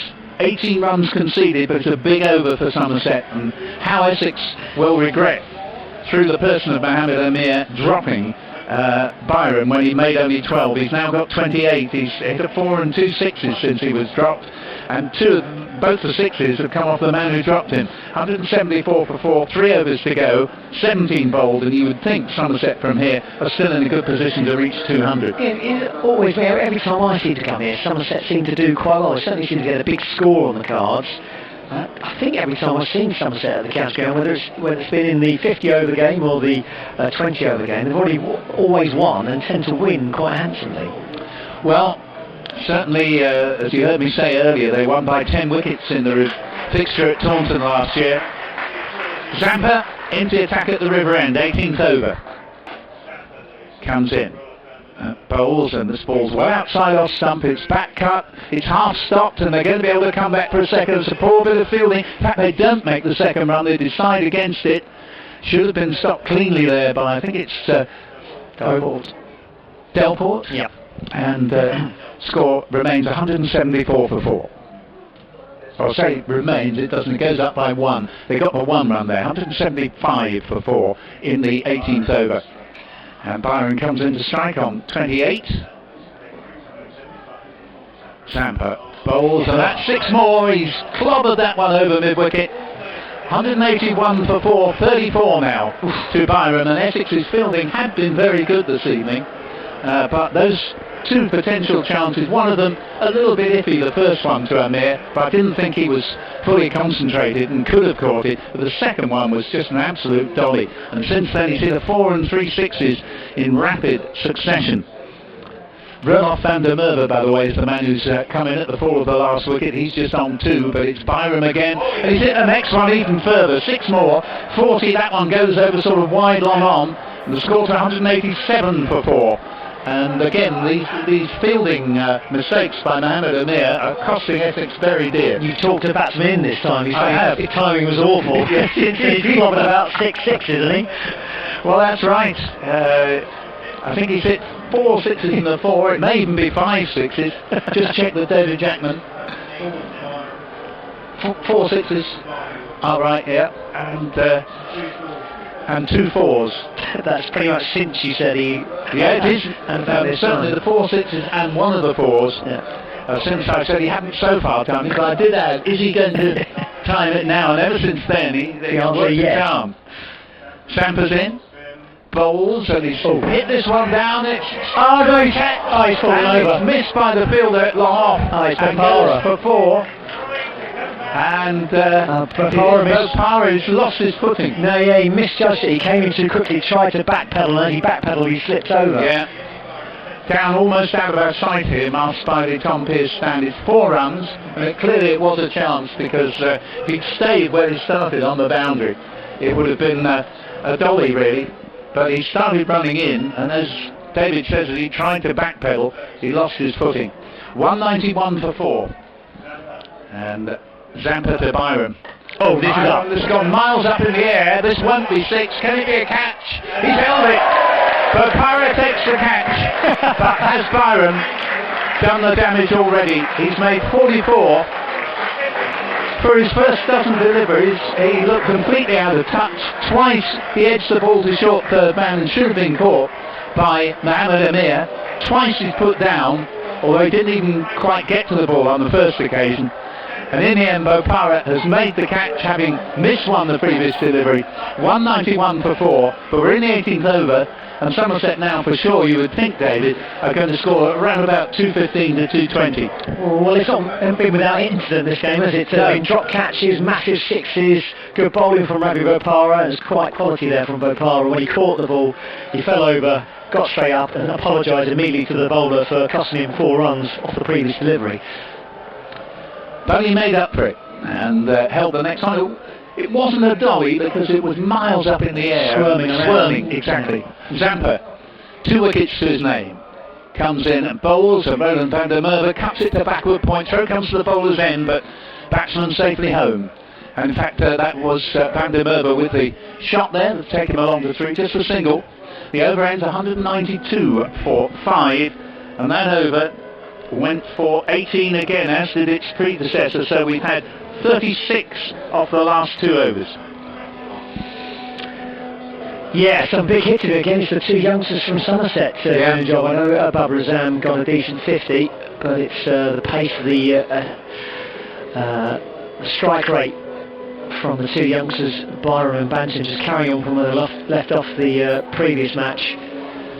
And it's just put Essex on the back foot here, so they've got 2 overs left, and yeah, you can easily suspect they're going to get 30 runs, and 220 is going to be a tough chase. Well, it is. You feel that Delport has got to score at least a 50 for Essex to win. Mohammed Amir begins his last over, and that is a terrific shot by Roland van der Merwe for 6 over point. You don't see too many go over point for 6, and admittedly it's on the short boundary side, but it was a beautiful pick-up, and basically he just planted his feet and swung the bat, and away it went for 6. And I do remember Van der Merwe playing, Roland van der Merwe playing the most extraordinary innings at Taunton a few years ago. Somerset, when he came to the crease, was something like 22 for 5 against Surrey, needing over 300 to win in a 50-over game, and he got something like 169 not out. As Amir's in, bowls to him, and he's caught behind too quick. It was dug in short, and he went to try and lift it over the wicket-keeper's head, but didn't get enough on it and feathered it through the Wheater. Simple catch, 198 for 6, and Van der Merwe departs for 9. Well, that was brutal from Amir. That was test match bowling, that one. That was way too quick for Van der Merwe. Ball off, he actually levered one down to deep point. Went like an extra set. That one was just brutal from Amir. It was rising up, and he was almost trying to get out of the way of it, and can only edge it through to the wicket-keeper. And again, a much-needed dot ball and a much-needed wicket. I thought a couple of overs ago, that's what Amir might have done to Byron.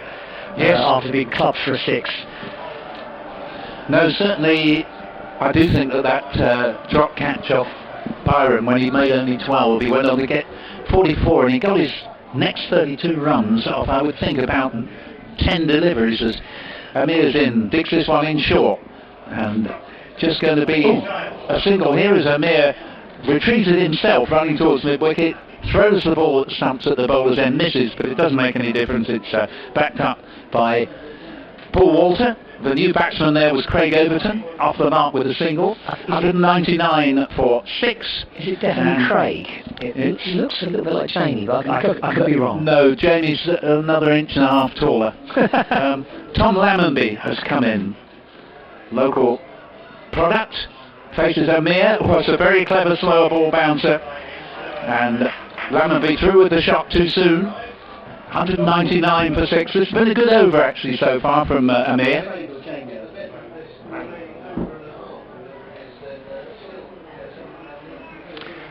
As I told you, Jamie's an inch and a half tall. You did, yeah.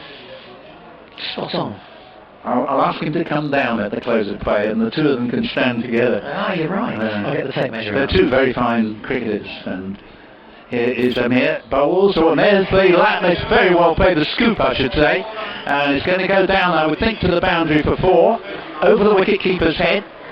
That's very well played there from Lammonby, who may be making his debut here. I've not come across him before, certainly. And he showed that he's got a bit of guile, and that brings up the 200 in the 19th over, 203 for 6.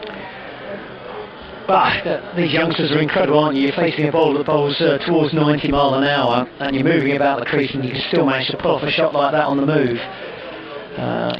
Incredible confidence and technique. Did really well. Amir with the last ball of the 19th over. Bowls to Lammonby, and this has gone a mile up in the air. Wheater is chasing after it. I don't think he can possibly get there, can he? No, it's one bounce and come back for 2. The ball going down to a very fine third man. They even think of having a third run, but there are 2 there. But that was a much better over from Amir, but even then it has gone for 13 and a wicket went down in it, and it's 205 for 6 with 1 over to go. I'm not sure that Wheater didn't lose that in its flight. It's a tough one going over his shoulder. But I thought it was there to catch, and it only dropped just in front of him towards the end. I just think he lost the flight of it. No, I think you're right. I think he must have lost it because he made very good ground to it, but then wasn't sure where it was. I suppose there's nothing he could have done really. So we're going to see Aaron Beard brought back for the final over, and well, it's 2 overs so far, gone for 35. I like Aaron Beard as a prospect. He's done very well in the championship. Not quite sure he's the ideal man to bring back at this point, but we'll see. Wish him well. Might even have been an idea to finish with an over of spin with batsman new to the crease. Take the pace off the ball. Let's see what happens. It's Craig Overton on strike initially. Beard bowls to and it's well pitched up, totally false shot. It's come off a thick inside edge. He was aiming that square on the offside, and it goes down to short fine leg for a single, and scores 206 for 6, and Overton moves up to 2. Well, that's a lot of responsibility for Aaron Beard. He hasn't had the best night with the ball, but obviously batsmen aren't quite as talented as the one that's come before. But I think had the catch been taken as it should have been off Byron, I think instead of chasing well over 200, I think Essex would have been chasing probably about 180 odd. Beard just asking for a change or 2 to his field. There are 3 men inside the circle on the offside, 1 man inside the circle on the leg, everyone else around the boundary. Beard bowls. Well pitched up, hammered for 4, back past the bowler. Very nearly hit the stumps at the bowler's end. Fine shot, 210 for 4, and this lad Tom Lammonby, principally in the team I think as a bowler, he's sort of left arm over, but he's shown me 1 or 2 lovely shots here. He's moved up to 10. He can bat, can't he? He can certainly bat. That was a proper cricket shot. Cracking, straight drive, straight out of the top drawer. So he's got 10, it's 210 for 6. Can't really adjust the field for that. 4 deliveries to go. Beard is in, bowls short, and that one I think goes over the stumps, and Wheater throws it, hits the stumps. They're going to go through for a bye unless it's a run out, but it's not. The batsman has made it, he being Craig Overton from the non-striker's end. So a bye goes on to the score, and Wheater's throw did hit the stumps, but it's actually cost a run. 211 for 6. Yes, so ball hit the stumps, ricocheted out onto the offside. They decided to take the single, which meant when Wheater had to come back, he had to rip a stump out of the ground and hold it next to the ball. Unfortunately, couldn't quite grip the stumps properly, and Overton got through for a single. Beard again. In and bowls, and Craig Overton has hit this a long way up in the air, and probably for 6. And indeed, it is 6, 217 for 6. And 6 more, this time from the blade of Craig Overton. And that bye conceded from the previous ball is not to say that the left-handed batsman Lammonby mightn't have hit at least the boundary, but Craig Overton's a very strong man, as is his brother Jamie. 217 for 6, and Essex are going to have to make a terrific score if they're to win this game, as Beard is in. Bowls and 6 more, and you knew the moment that he hit that, there was no way that was going to be anything other than 6, and by a long way. 223 for 6, and with consecutive 6s, Overton races along to 14. Yeah, this feels like it's going to be too much for Essex. I feel we could be having a repeat of these going down at Somerset, where Somerset win quite handsomely. I personally think that Essex would have been better going for an over a spin and taking the pace off the ball. These Somerset batsmen are loving the pace that Beard is bowling, and well, not so much on this occasion as they go through for 1 run plus a wide, so it is a wide, but the fact they've crossed means they get 2 runs for that, and it's now 225 for 6. Just not Aaron Beard's night, he'll have to come back again another time. Yeah, he needs to vary his pace, doesn't he, as you observed earlier. He's tending to bowl every ball at the same pace.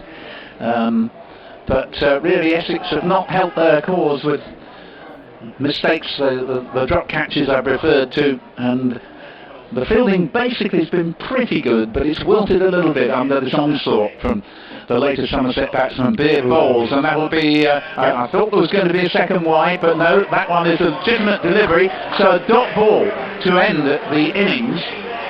And Essex will need 226 to win, because Somerset, choosing to bat, have made 225 for 6 in their 20 overs, and at the end Overton was 14 not out, and Lammonby, who looked good, 11 not out.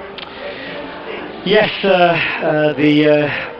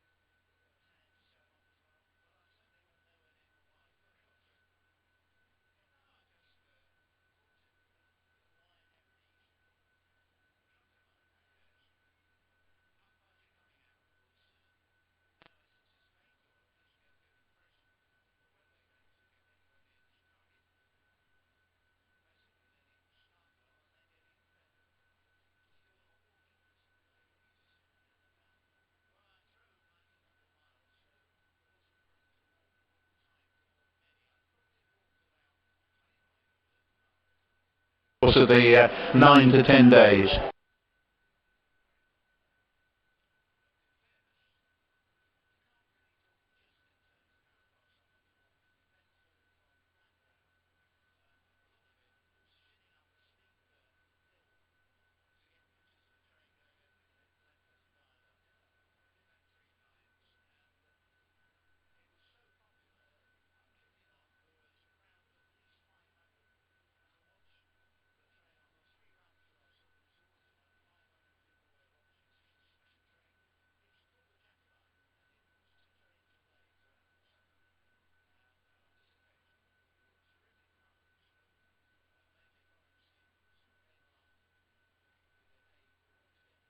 Of applause as it went by.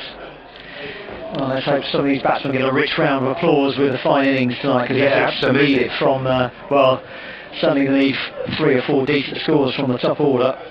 It's Messrs Delport and Wesley, and Somerset look as though they're going to begin with an over of spin. So 2.26 the chase, and it's going to be Wesley on strike first up, and Max Waller will bowl the first over. Run rate required 11.3. Low on his back, and the other man out in the deep is going to be deep mid wicket, or deep straightish mid wicket.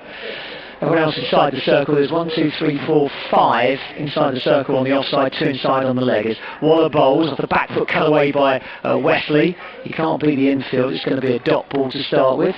So the first over is Run Chaser on BBC Essex 765 medium wave, online and DAB digital. And Essex got a tough task on their hand. Wesley faces up, just clips into the leg side down towards long. It will just be a single. And that's half moon shining brightly in the sky now as the sun is well and truly set. Floodlights starting to take effect. Somerset in their maroon shirts, black trousers. Essex in their yellow shirts with blue tapering down the sleeves on their side, and their blue trousers. There'll be Delport on strike. They need a big innings from the left-hander. Waller right arm over to Delport, and that's off outside edge down towards short third man for a single. 2 for no loss. Edgy start from the Essex man. Big ask here for the Eagles. Well, it is, because when you're needing over 11 and over, 220 would be 11 and over. Well, they're chasing 226. Waller pulls this one down, cut away through the offside. That's a lovely shot off the back foot from Wesley through the offside, beats the dive at cover, and 4 runs out towards the pavilion. So a good start so far for Essex. 6 off the first 4 deliveries, and Essex 6 without loss, but a long, long way to go. 220 now the target. Nice shot, as you say, from Tom Wesley. Waller, full toss, clipped away into the leg side. It'll just be a single down towards deep mid wicket. 7 off the over. Remember the run chase from the start, 226 at 11.3 per over. Well, that was well pitched up, meant on the full toss, but only brought a single. And I think one of the morals of tonight is pitch it up. Waller tracks this one down off the back foot, clipped away by Delport, at least off the full face of the bat this time, down towards deep mid wicket. 1 run to finish the over. 8 off the first over. Essex 8 for the loss after 1 here on BBC Essex. Solid start from these 2. Obviously you don't need to panic straight away and start going at 11 over, but you can't leave it too long before that run rate starts to climb, and if wicket starts to fall, then you're really in trouble. No, you're absolutely right. What was really punishing from an Essex point of view is that 2 overs went for well over 20 and another 2 for 18. It's those big overs that really destroy you, as Jerome Taylor is going to bowl the first over of the innings from the River End, the second over in total, and he is West Indian, very, very useful bowler indeed. But as you say, when you want over 11 and over, although 8 off the first over, provided no wickets come down, is perfectly reasonable, but they are going to have to find at least 1 big over in the power play. Dick Davis put in a good shift. He is. Radio Somerset. Yeah, it'll be all good experience for him. Absolutely, he needs it. He does. Practice. Only a youngster. Doesn't do too many T20s either. Needs to get his eye in. So Jerome Taylor from the River End bowls, and that's just clipped away into the leg side by Delport. No timing, fielded at mid wicket. and it's a dot ball. Getting slightly nippier out there. I was on an iron over to whether to bring a jumper along tonight. Yeah, it's turning a little bit chilly. Just goes to show the futility of having day-night tests in this country. It just gets too cold. Even at the height of summer, it can be quite nippy at come like 7 or 8 o'clock in the evening. Quite right. Actually, been a very humid day previously. Taylor in, bowls back of a length, and a big swipe away into the leg side is missed by Delport. It's a slip in at the moment, so they're confident they've got enough on Essex here to continue attacking. And Somerset are doing quite a clever thing. As they relay the ball to the bowler, they're throwing each other sky catches because they want to get used to seeing the ball come out of the floodlights. It's good thinking. Men out of the deep, a third man, and just man in front of the square, a deep square leg on the boundary rope. As the 75 Taylor's in, bowls back of a length, and it's clipped down the ground, and there's no run. Taylor still bowls up at around 90 miles an hour. He's been around a while now as Jerome Taylor. And he's begun with half an over of dot balls, and Delport, massive hitter, but at the moment he's a little bit becalmed. Can't tell if that's my eyes, whether the screen's blurry up to right hand side. It is a bit, yeah. As I say, I didn't think I'd been drinking. Taylor, just shifting his field again. He's got what's happening here. They're trying to move someone about. Third man's coming around Finder, and slips coming out. Slips coming out to it's going to be short cover, short extra cover. So slight field change. So he can afford to go full here. Taylor. He's going right arm over to the left-handed Delport. Let's see what the Essex man's got here. It's full, clubbed away into the offside. That's going to go for 4 runs. And 4 to Delport. He goes to 6. Essex to 12. I actually thought he didn't need to bring slip out there. I just thought he was bowling the right length. He was forcing Delport to play a shot he didn't necessarily want to play. Quite agree with you. I don't like to see a slip put in but then taken out almost immediately. It wasn't as if there had been any runs off the over up to that point. Anyway, although he didn't get all of that, Delport, he got enough to take it over the infield and to the boundary. Puts his short cover back to the edge of the circle as well as Taylor in, punch down the ground, a clubbing shot, and as soon as Taylor's gone full, Delport's cashed in. There's got to be a lesson to the bowlers there. Yeah, Delport just, I think, saying he needs a change of boots, if anything, there. He seems to be pointing at something he's not happy with about his accoutrement. And the score goes to 16 for no wicket, and Delport overtakes Wesley, moves along to 10. Wesley has 6, and that was a really crashing straight drive. Deep breath from Delport. A boundary would be a godsend for Essex here. Still slightly less than the rate they need. But, 8 off the over so far, 8 off the first as well, 16 for no loss. Taylor in to Delport, who's 10 off 7. It's up to stumps now, goes full again, this time jabbed down into the offside. It's going to beat the infield, that's going to run for 4 as well. Backward a point, and just the boundary that Essex needed. Essex has 20 for no loss off 2 on BBC Essex, and a lovely finish to the over after 3 dot balls, followed 3 fours, and that was after they took out the slip. That was a lovely shot, that last one, because it was a proper cricket shot, and it was beautifully placed so that 2 men both dived, one a little bit closer in than the other, and they both dived. They both got within 6 inches of grabbing hold of the ball, but neither could stop it, and he's duly having a change of footwear. Cameron Delport. It does make you wonder how you can go out there and within 2 overs need a change of footwear, but anyway, that's a small point. He batted very, very well in that over. Took the measure of Taylor first, 3 dot balls, and then hit the next 3 for 4. And Essex, a good start, 20 for no wicket. This is what you want. You don't want the sort of approach that Jesse Ryder used to make, where, yeah, he might hit a couple of 6s, but he was having a blind swipe at virtually every ball, and generally would be out before the end of the power play, which Delport may yet be, but I like the way he played with a certain measure of appliance of science there. I think it might have been a loose stud or something on the bottom of the shoe, which is tightened as Overton bowls. That's an attempt to clip away into the leg side by Wesley, and with Overton's height, he can create an awkward bounce off a decent length, and that one just wraps into the pads, and there is a dot ball to start with. Umpire at the standing end, just trying to keep himself warm, swinging his arms about.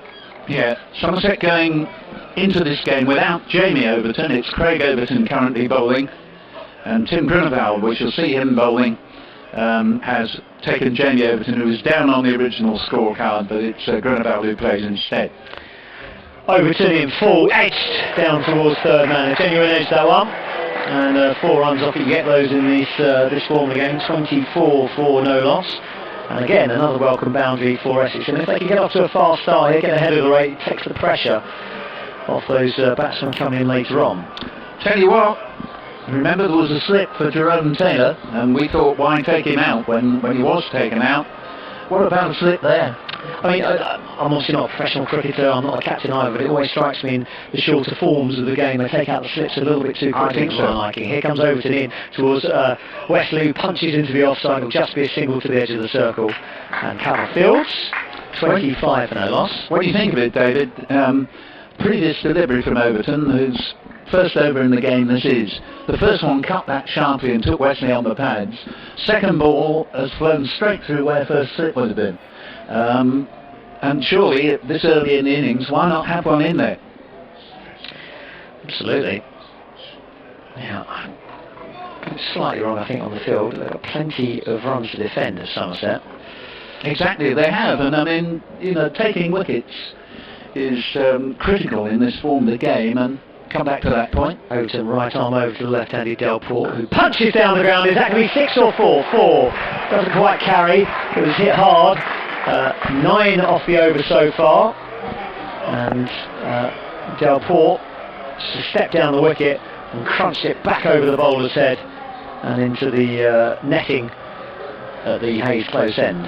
Interestingly, David, Somerset made 225 for 6, but no one got more than Babar Azam with 56, the only man to reach 50. Overton again to Delport. He steps down the wicket, punts again, and he got all this. It doesn't. It's off the thicket leading edge, and it goes down towards mid-off for a single. For a minute there, it just looked like he had clubbed it in exactly the same place, but skewed that one, and one more to the total. 10 off the over so far, and Delport's 19 off 10. One ball to come in this over. Wesley on 11, and Delport on 18. Beautiful blue sky over the county ground in Chelmsford. Darkness is falling, a half moon ahead of us as the cuts right through Wesley. Didn't know too much about that. Carves him in half through to the wicket keeper, and the over is finished. 10 off it, and Essex are 30 for no loss after 3, but behind the rate. Yes, Essex, when they bowled in Somerset's 225 for 6, only actually bowled 5 wides, which you can say still too many, but at least it's not a great many. And in fact, they ran a run as well as a ball, having been given as a wide. That was reasonable. It's going to be interesting to see how Somerset fare in the extras department. Somerset, who have no Lewis Gregory in the side at the moment, and he's a terrific one-day cricketer. Tim Gruneval going to come into the attack from the river end, and daylight has virtually disappeared now as the Knights continue to draw in. 30 for no loss on BBC at the start of the 4th over. Full down the ground comes Delport. Oh, he absolutely hammered that through the leg side. There's a fielder there, good sliding stop. God, he took a big old swipe at that. The fielder at mid-wicket was no more than, I'd say, 2 feet away from that, but it's hit so hard it beat him, but there is cover down at long on. Yeah, he's a big hitter of the ball, Delport. That's why Essex has signed him, and heaven knows they needed to sign such a player. They've been short of big hitters. As Gruneval comes in again, Delport punches down the ground this time, and again he's got a leading edge, and it only goes towards mid-off for a single. So he's mistimed a couple of these. 1 to the total, 33 for no loss, I think that is. Yeah, 33 for no loss. Delport 22 off 12. Wesley, the more serene 11 off 8, but they're certainly taking pressure off the Essex middle order for the moment. Duckworth Lewis, not that there's any chance of rain. It says 32 needed off the end of the over, so they're up with that. Most extraordinary half moon up there. It's literally beautiful, isn't it? Yeah, right down the middle. A plane almost hit it a moment ago. Well, that was the illusion created. Gruneval in, down the leg side, whips away, that's a lovely shot, beats short fine leg. And Wesley gets a boundary, so lively start this for Essex, 37 for no loss, and they're well ahead of the rate at the moment. Well, Wesley would be delighted if the Somerset bowlers kept feeding him balls on the leg stump, because he's in his element. Anything leg side. Wonderful shot. 37 for none, fourth over, target 226.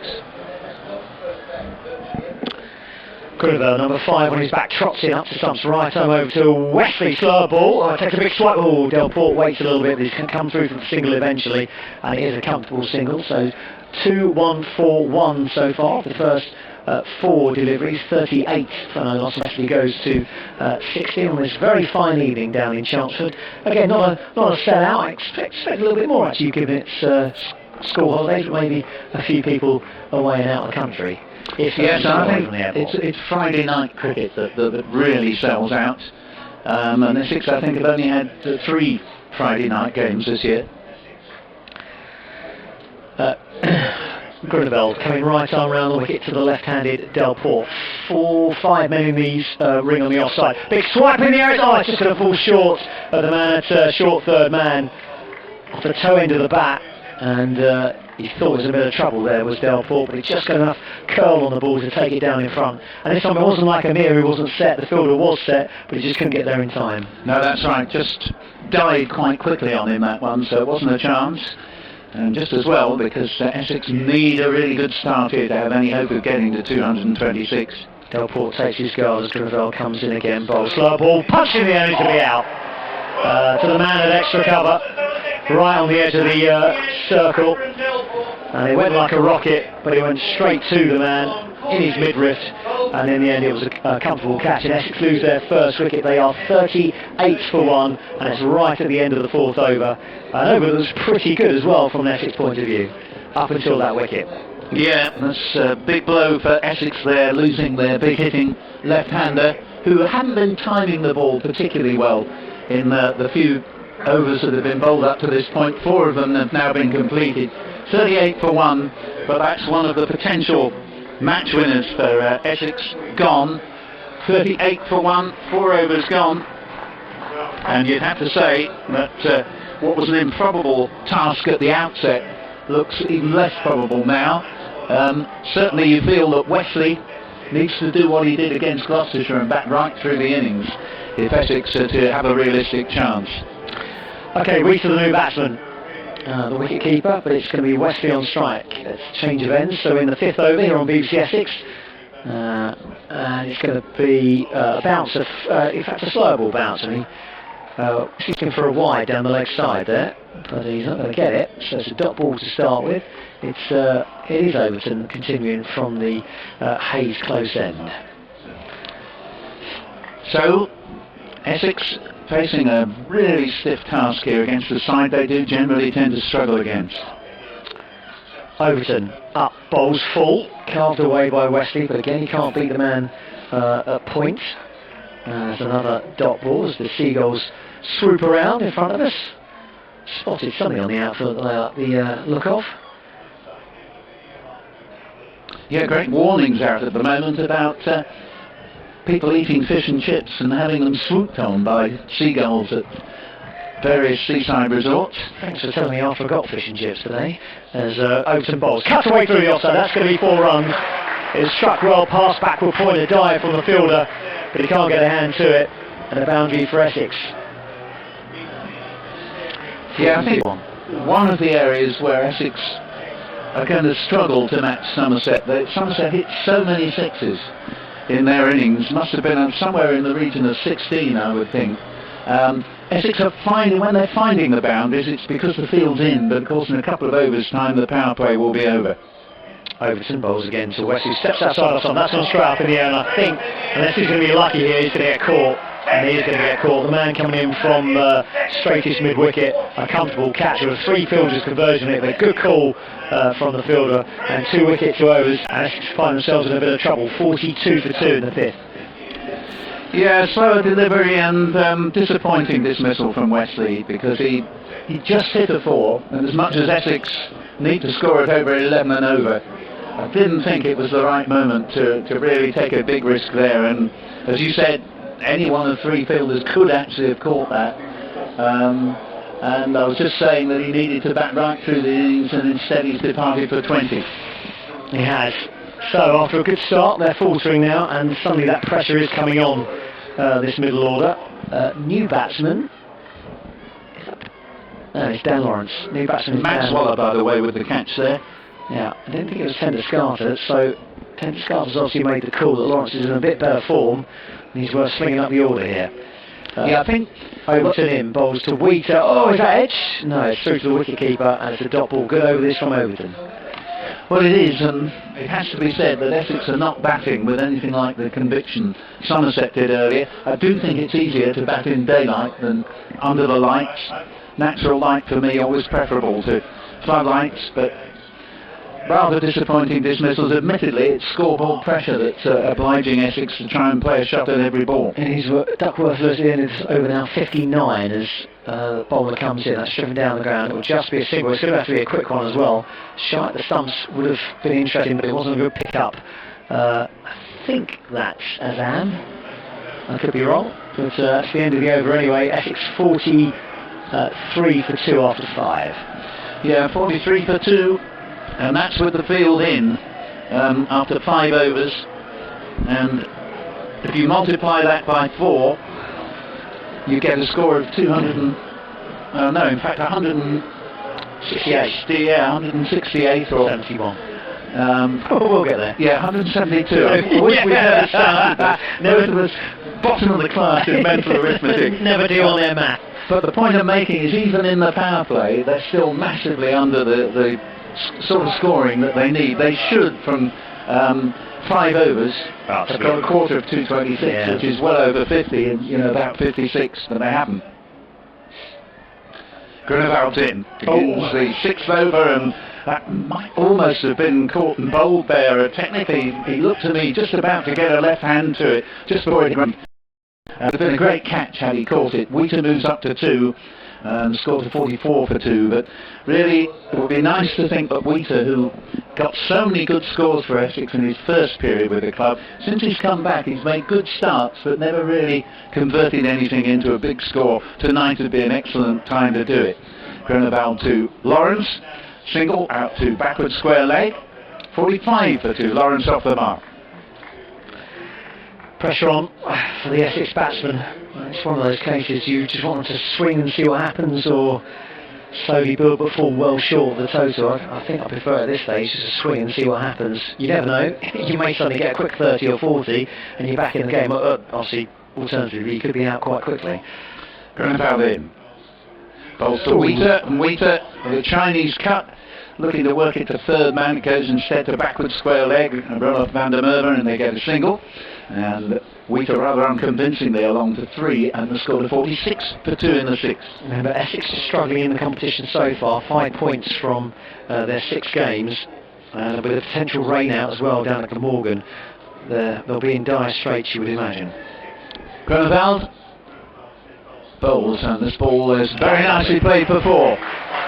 Just beautiful timing from Lawrence through the covers and all along the ground. And it does go to show that with the score now 50 for 2 in the 6th, that you don't have to open your shoulders and hit the ball in the air. There are runs that can be made perfectly safely along the ground. Just scores around the country. Leicestershire 189 for 6 in their 20. The Birmingham Bears 116 for 3 in the 14th.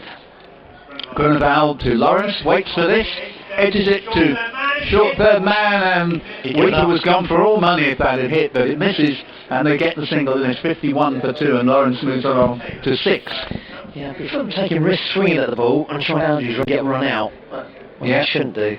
No. Northants 145 for 6 off 20, Durham 87 for 7 after 15, so that's going to be Northants' game. Grunewald, last ball of the over, comes in the ball to Wheater. Wheater has cracked this away and brilliantly fielded. Tom Abel again, and they get 1 run, and he moves along to 4. It's 52 for 2. But this lad, Tom Abel, the Somerset skipper, just a youngster, and he's absolutely magic in the field. And Delport went for the wrong man when he thundered the ball in his direction, and he caught it. He's a quite magnificent fieldsman. To almost any other player, that would have been a boundary. But instead, It's a brilliant field and a throw while lying on the ground that wasn't that far off producing a run out. Great cricket from Somerset. Essex are 52 for 2 in 6 overs. They need 226 to win. Kent are 125 for 8 off their 20 overs. Gloucestershire are 96 for 4. So they've got a decent chance with 5 overs left to inflict Kent's second defeat in 2 games. Yeah, can't see Gloucestershire failing that.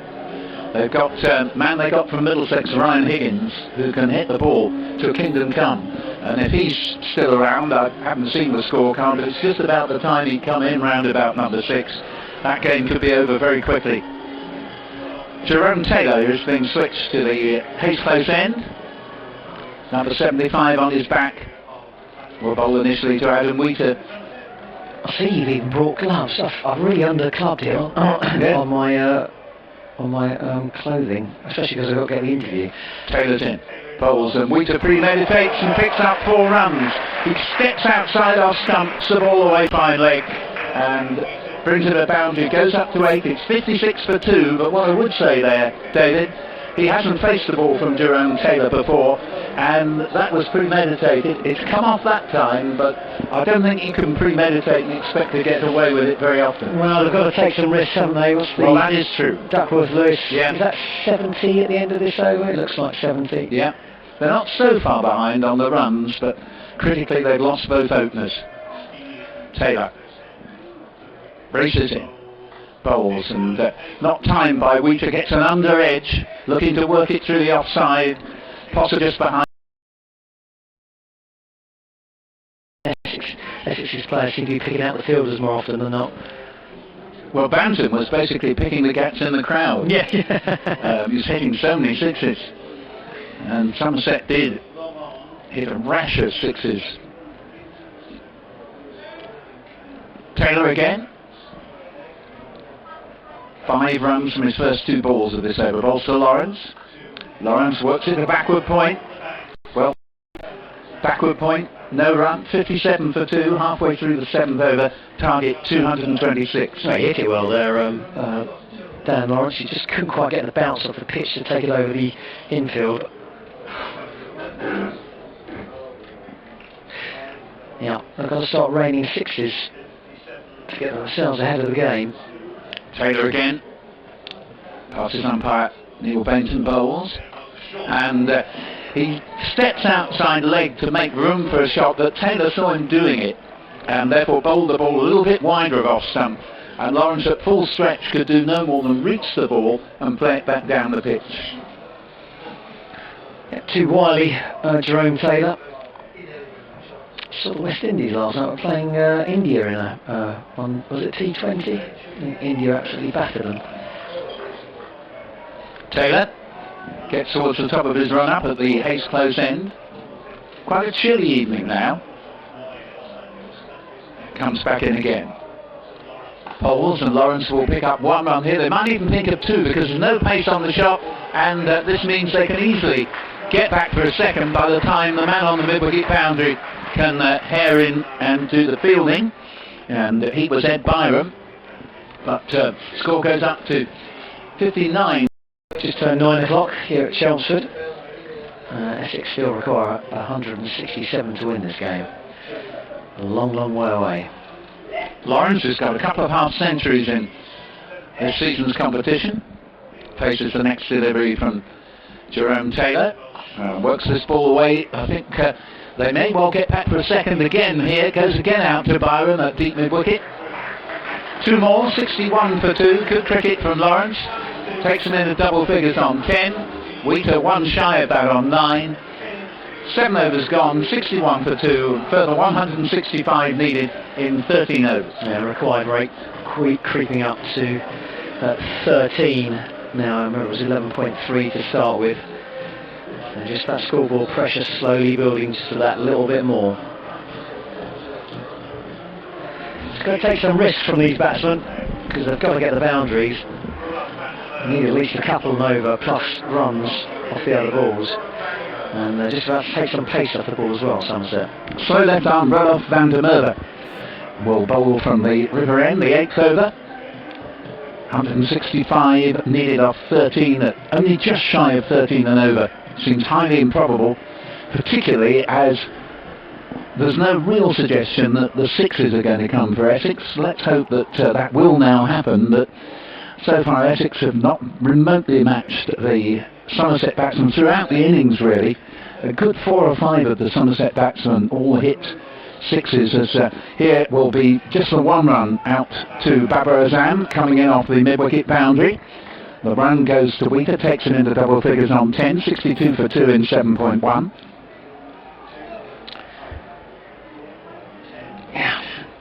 Thing is, if I know they can get a few boundaries in the row, they'll bring the crowd into the game as well. Good point.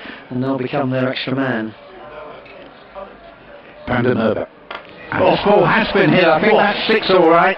Over long off, and indeed the cheers will tell you that that is 6. Just checking with David Jackman. Is that the first 6 of the innings?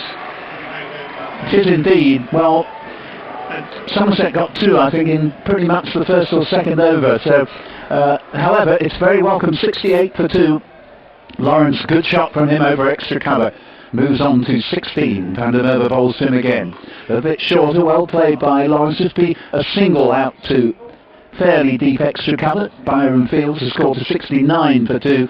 Lawrence has 17. We're halfway through the 8th over. So far, this over has produced 8 runs. You breed them slightly differently down in Somerset, because the way the Somerset batsmen were hitting their sixes almost looked effortless, didn't it? It must be the cider. Yeah. There can be no other explanation. Josh Butler. Oh, strength. 6-4. Brilliant pick-up from Wheater into the pavilion. 6 from the moment it left his bat. 75 for 2. I hope you appreciate the way I talked them into this by saying they weren't hitting sixes. 6 to Wheater, and he's on 16. Lawrence 17, and this is good over so far from Essex. That was a beautiful strike. As you rightly said earlier, you'd like to say now, well, that's enough for this over. The trouble is it isn't. They've only just got enough for this over on its own merits. 14 off it so far, and here this ball's been edged and caught at backward point. Wheater departs. Court Hildreth bowls Van der Merwe for 16, and that's a little bit the story of Wheater with the bat this season. A couple of very good boundary shots, and then he's out, and each time he walks off flailing his bat in annoyance, but he's got to put that right. It's a bit of a nothing shot that. It was neither a big hit nor a soft defensive, just guided shot into the offside. It was halfway in between, neither committed to it and neither did he not commit to it. It just ended up at a short third man, easy catch. And again, the pressure ramps up. Essex was starting to get towards that Duckworth-Lewis total towards the end of the over, but now they're going to be well away off. So they need 92, and we haven't quite got to the end of this over yet. They're on 75 for 3. Well, the Essex skipper in other forms of the game has made his way out to the middle, he being Ryan Ten-Descartes. He and Dan Lawrence have certainly put some good partnerships together at championship level. They need to do it at T20 if Essex are to have a chance. For reasons I'll explain after this last ball of the over. Van der Merwe bowls it.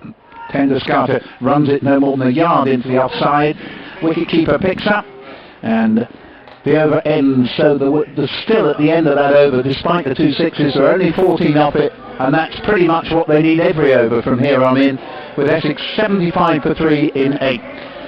Now, frustrating. They've shown flashes of brilliance in this campaign, Essex, but at the moment they seem to always fall that a little bit short. But it's a big ask, and they contributed to their own downfall in the Somerset innings by dropping Byram at least once, and now he probably should have got him the first time as well. Maxwell returns at the Hayes close end, and this ball's been hit in the air. Could be 6 though. It's 6. Long off came round and briefly looks as if he might be interested there, Babar Azam, but not so. It's gone for 6. Well picked up by Dan Lawrence, who's playing very well here and moves up to 29, and it's 81 for 3 in the 9th as Waller's already on his way again. Bowls. Lawrence didn't know much about that from the leg spinner, and it goes down to short fine leg where he was looking to push it into the covers and picks up a single. It's 82 for 3, 24 to Lawrence. Yeah, it's got a bit of turn there, Waller. Thick inside edge. Comes in again. Bowls. An extraordinary ball here. Thumped into the ground and belted away for 4 by Tenduscarter. And it was, bearing in mind he's a slow bowler, but it was a sort of bouncer. A failed bouncer, and Tenduscarter didn't look a gift horse in the mouth there. Underway with a boundary, and the score to 86 for 3. It was well controlled actually by Tenduscarter, because he could have tried to throw the kitchen sink at it. Next one, he glides down to short fine leg to Rowan Taylor, single, 87 for 3, and Tenduscarter up to 5. Yeah, it was a lovely bit of timing as well, because there was 2 fielders out on the boundary on the leg side. He picked the gap just to the left of deep backward square leg. Waller to Lawrence. Lawrence has launched this one high to long. He's going to be caught up there, and the catch has been taken. And Lawrence, rather like Wheater, departs, hitting the bat against his pads in annoyance. But one of the big differences between the two sides is that when Somerset hit the ball in the air, it was into spaces where there weren't fielders. And Lawrence is now gesturing. It looks as if something has been said in his direction. He's pointing his bat as he walks off accusingly at one of the Somerset fielders there. But he's out for 24, and this isn't looking good for Essex. The first 4 batsmen out have made 20, 22, 16 and 24. Lawrence is still having some words, and he's going to have to be ushered off here by the 12th man. Lawrence isn't happy at all. He's going straight back to the pavilion. Something's obviously been said. It was a clean catch taken. Toe end of the bat though, that's the problem for Lawrence. It looked good initially, going away from us, but it fell well short as Waller comes in, bowls, and that's off the pads of Tenduscarter out to the leg side, ended the over, and a dot ball to finish. Yeah, I have the feeling that Lawrence may have taken some exception to the way Overton, having taken the catch, went zooming round rather like a goal scorer who just got the winning goal.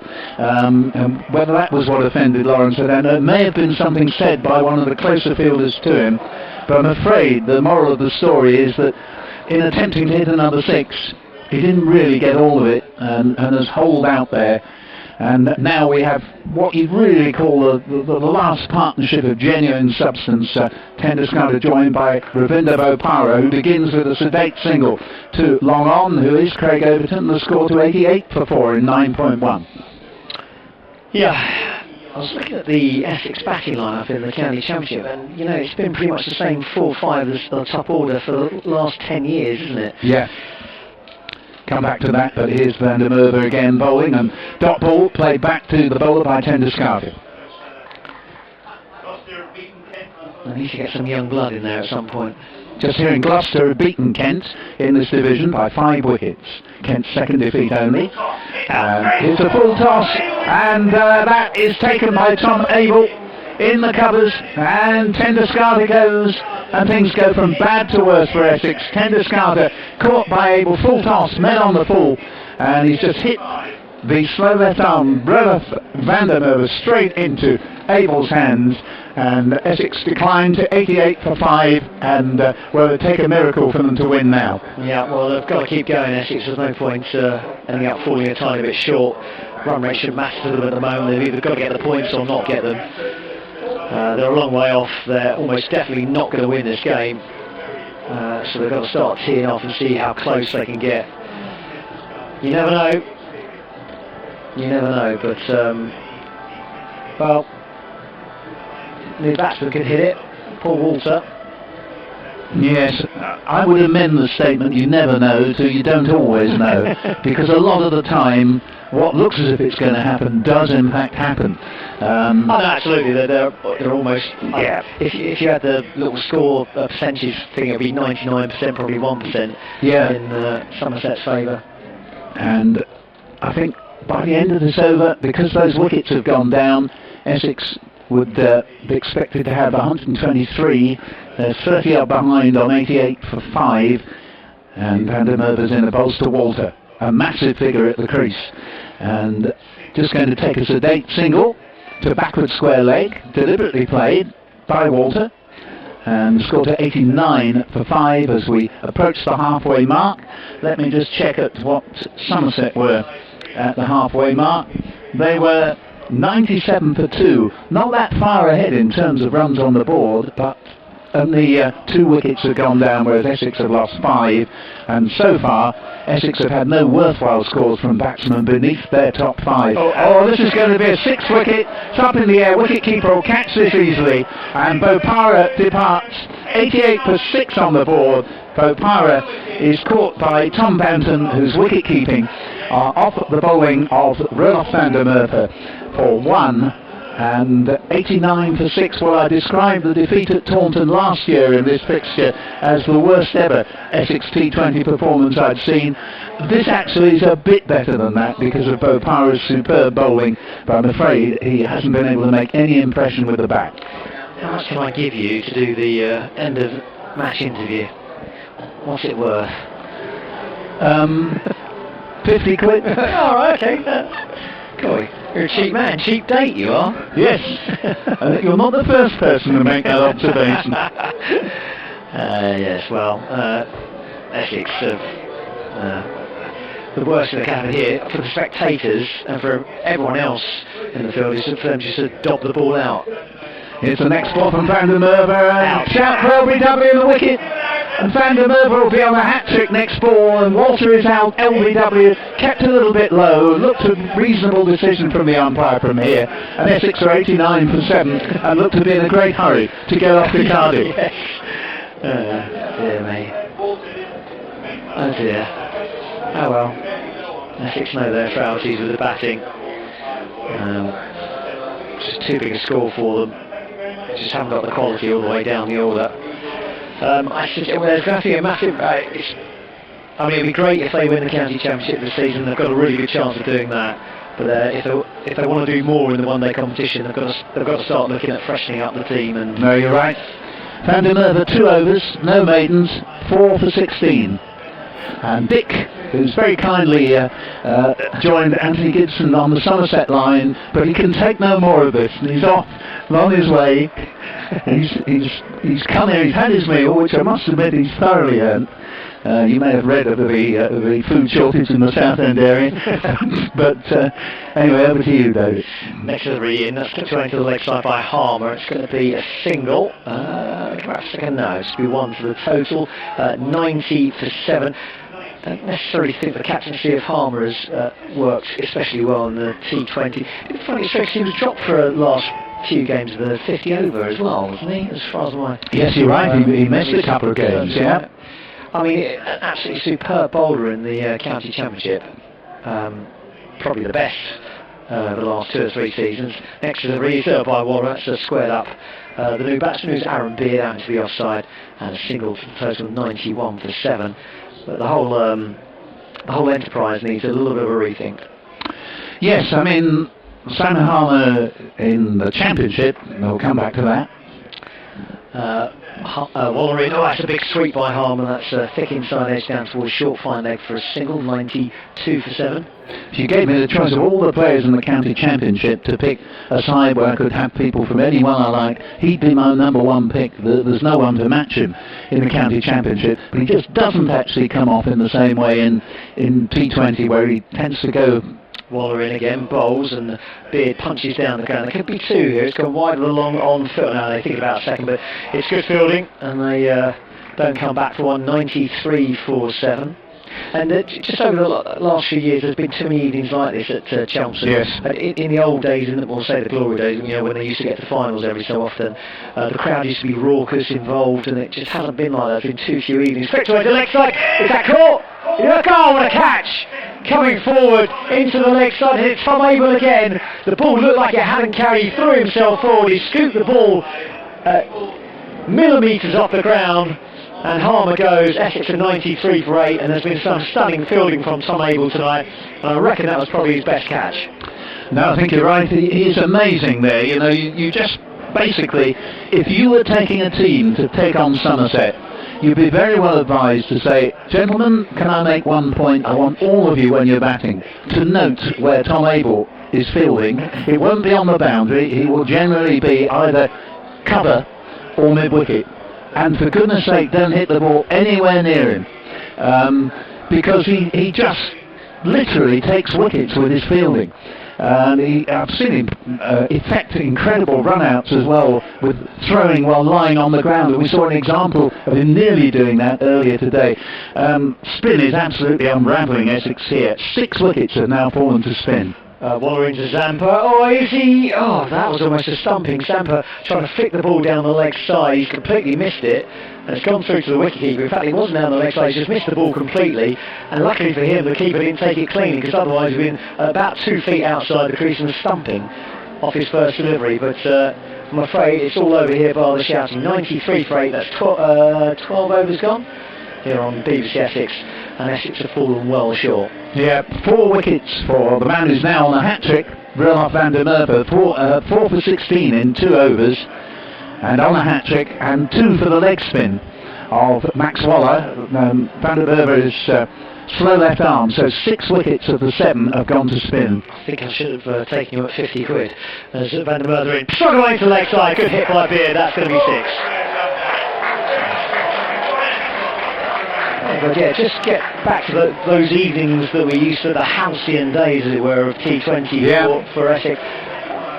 The last time I remember that was the game we had here against Surrey and Delport. I don't remember it being like that for a good 2, 3, 4 years here. Big swing into the leg side again. This time it's not picked up by Beard. It's more of a thick bottom edge, and it goes down towards long on for a single. That's 100 up for Essex. An ironic cheer from the Essex supporters. 100 for 8. Yeah, I mean, the sort of era you're talking about when Essex made finals, they had Danish Canaria. Yeah. They would very often, they had a wonderful player in Grant Flower, for me one of the great boundary sweepers, and spinner as well. That's right. And of course they had Foster and Tenduscarter in their prime, when they were the quickest runners between the wickets. Bopara as well. Ever seen Bopara indeed. Tim Phillips. And Tim Phillips was a much underrated bowler in one-day cricket. Half-decent batsman as well. Yeah. Obviously Graham Napier when he was fit. Absolutely. Van der Merwe into the next delivery. That's tipped away to the leg side for a single. 101 for 8. Well, let's hope that Beard can at least give the crowd a few more shots to enthuse about, because although he's a tail ender, but he's no mug with the bat at all. Van der Merwe in again, full, crunches away to the offside, it comes a thick off outside, it's going to run away for 4, down past wide, third man, and 105 for 8.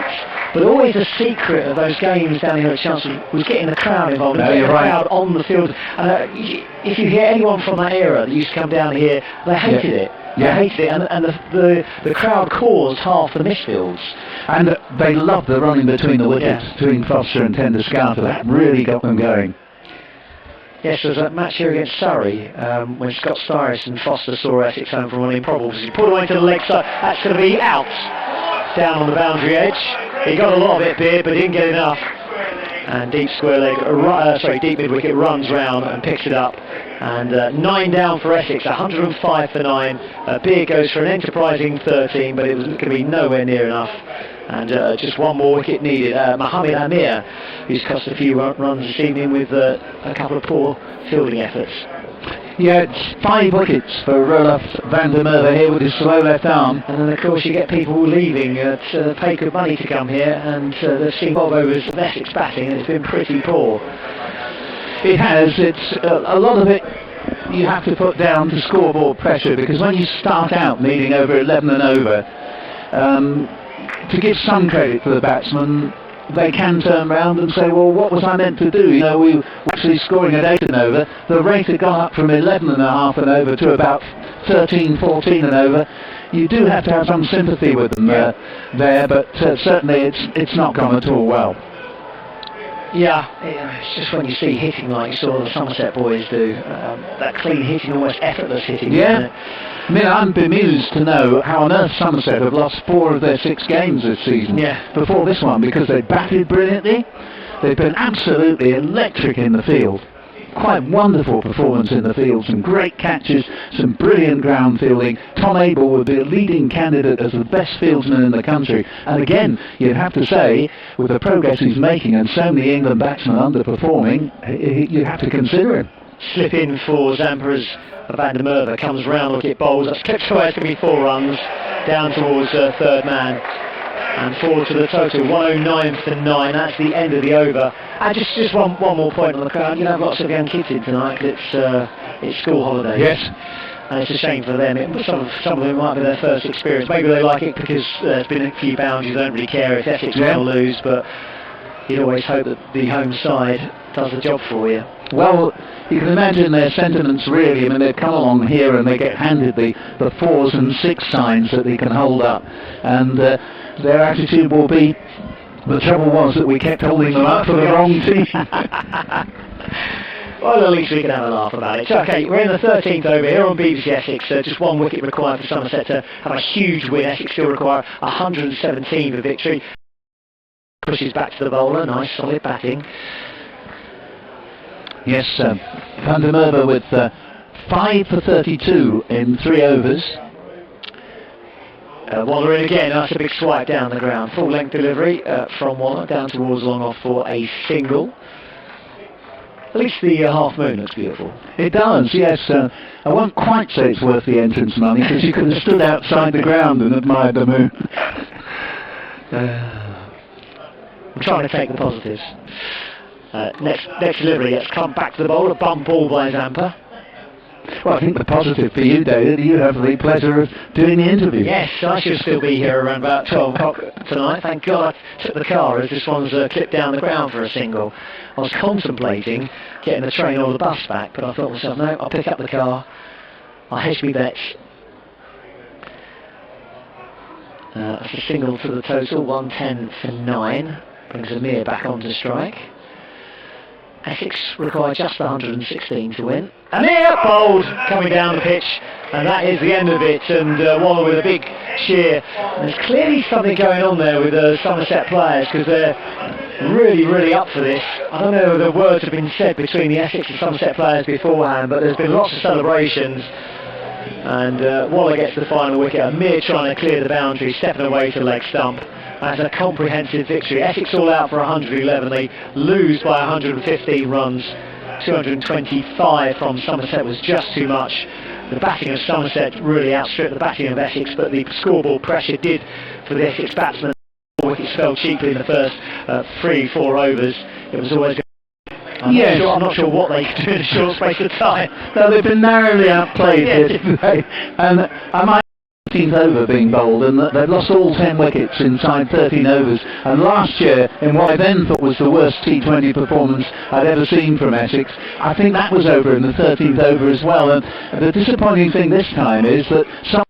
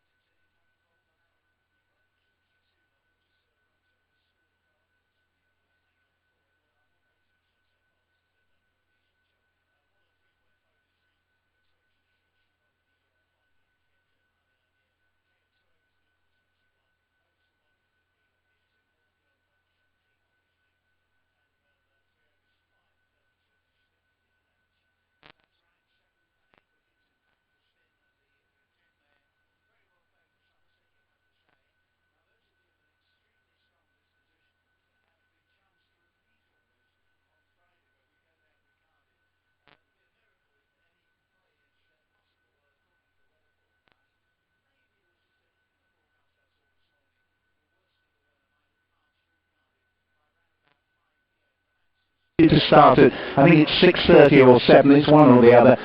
We'll be with you if there is any cricket. And one thing I will say, Essex are eminently capable and winning just as they did. They were hammered last week, but then they came back, won the next game.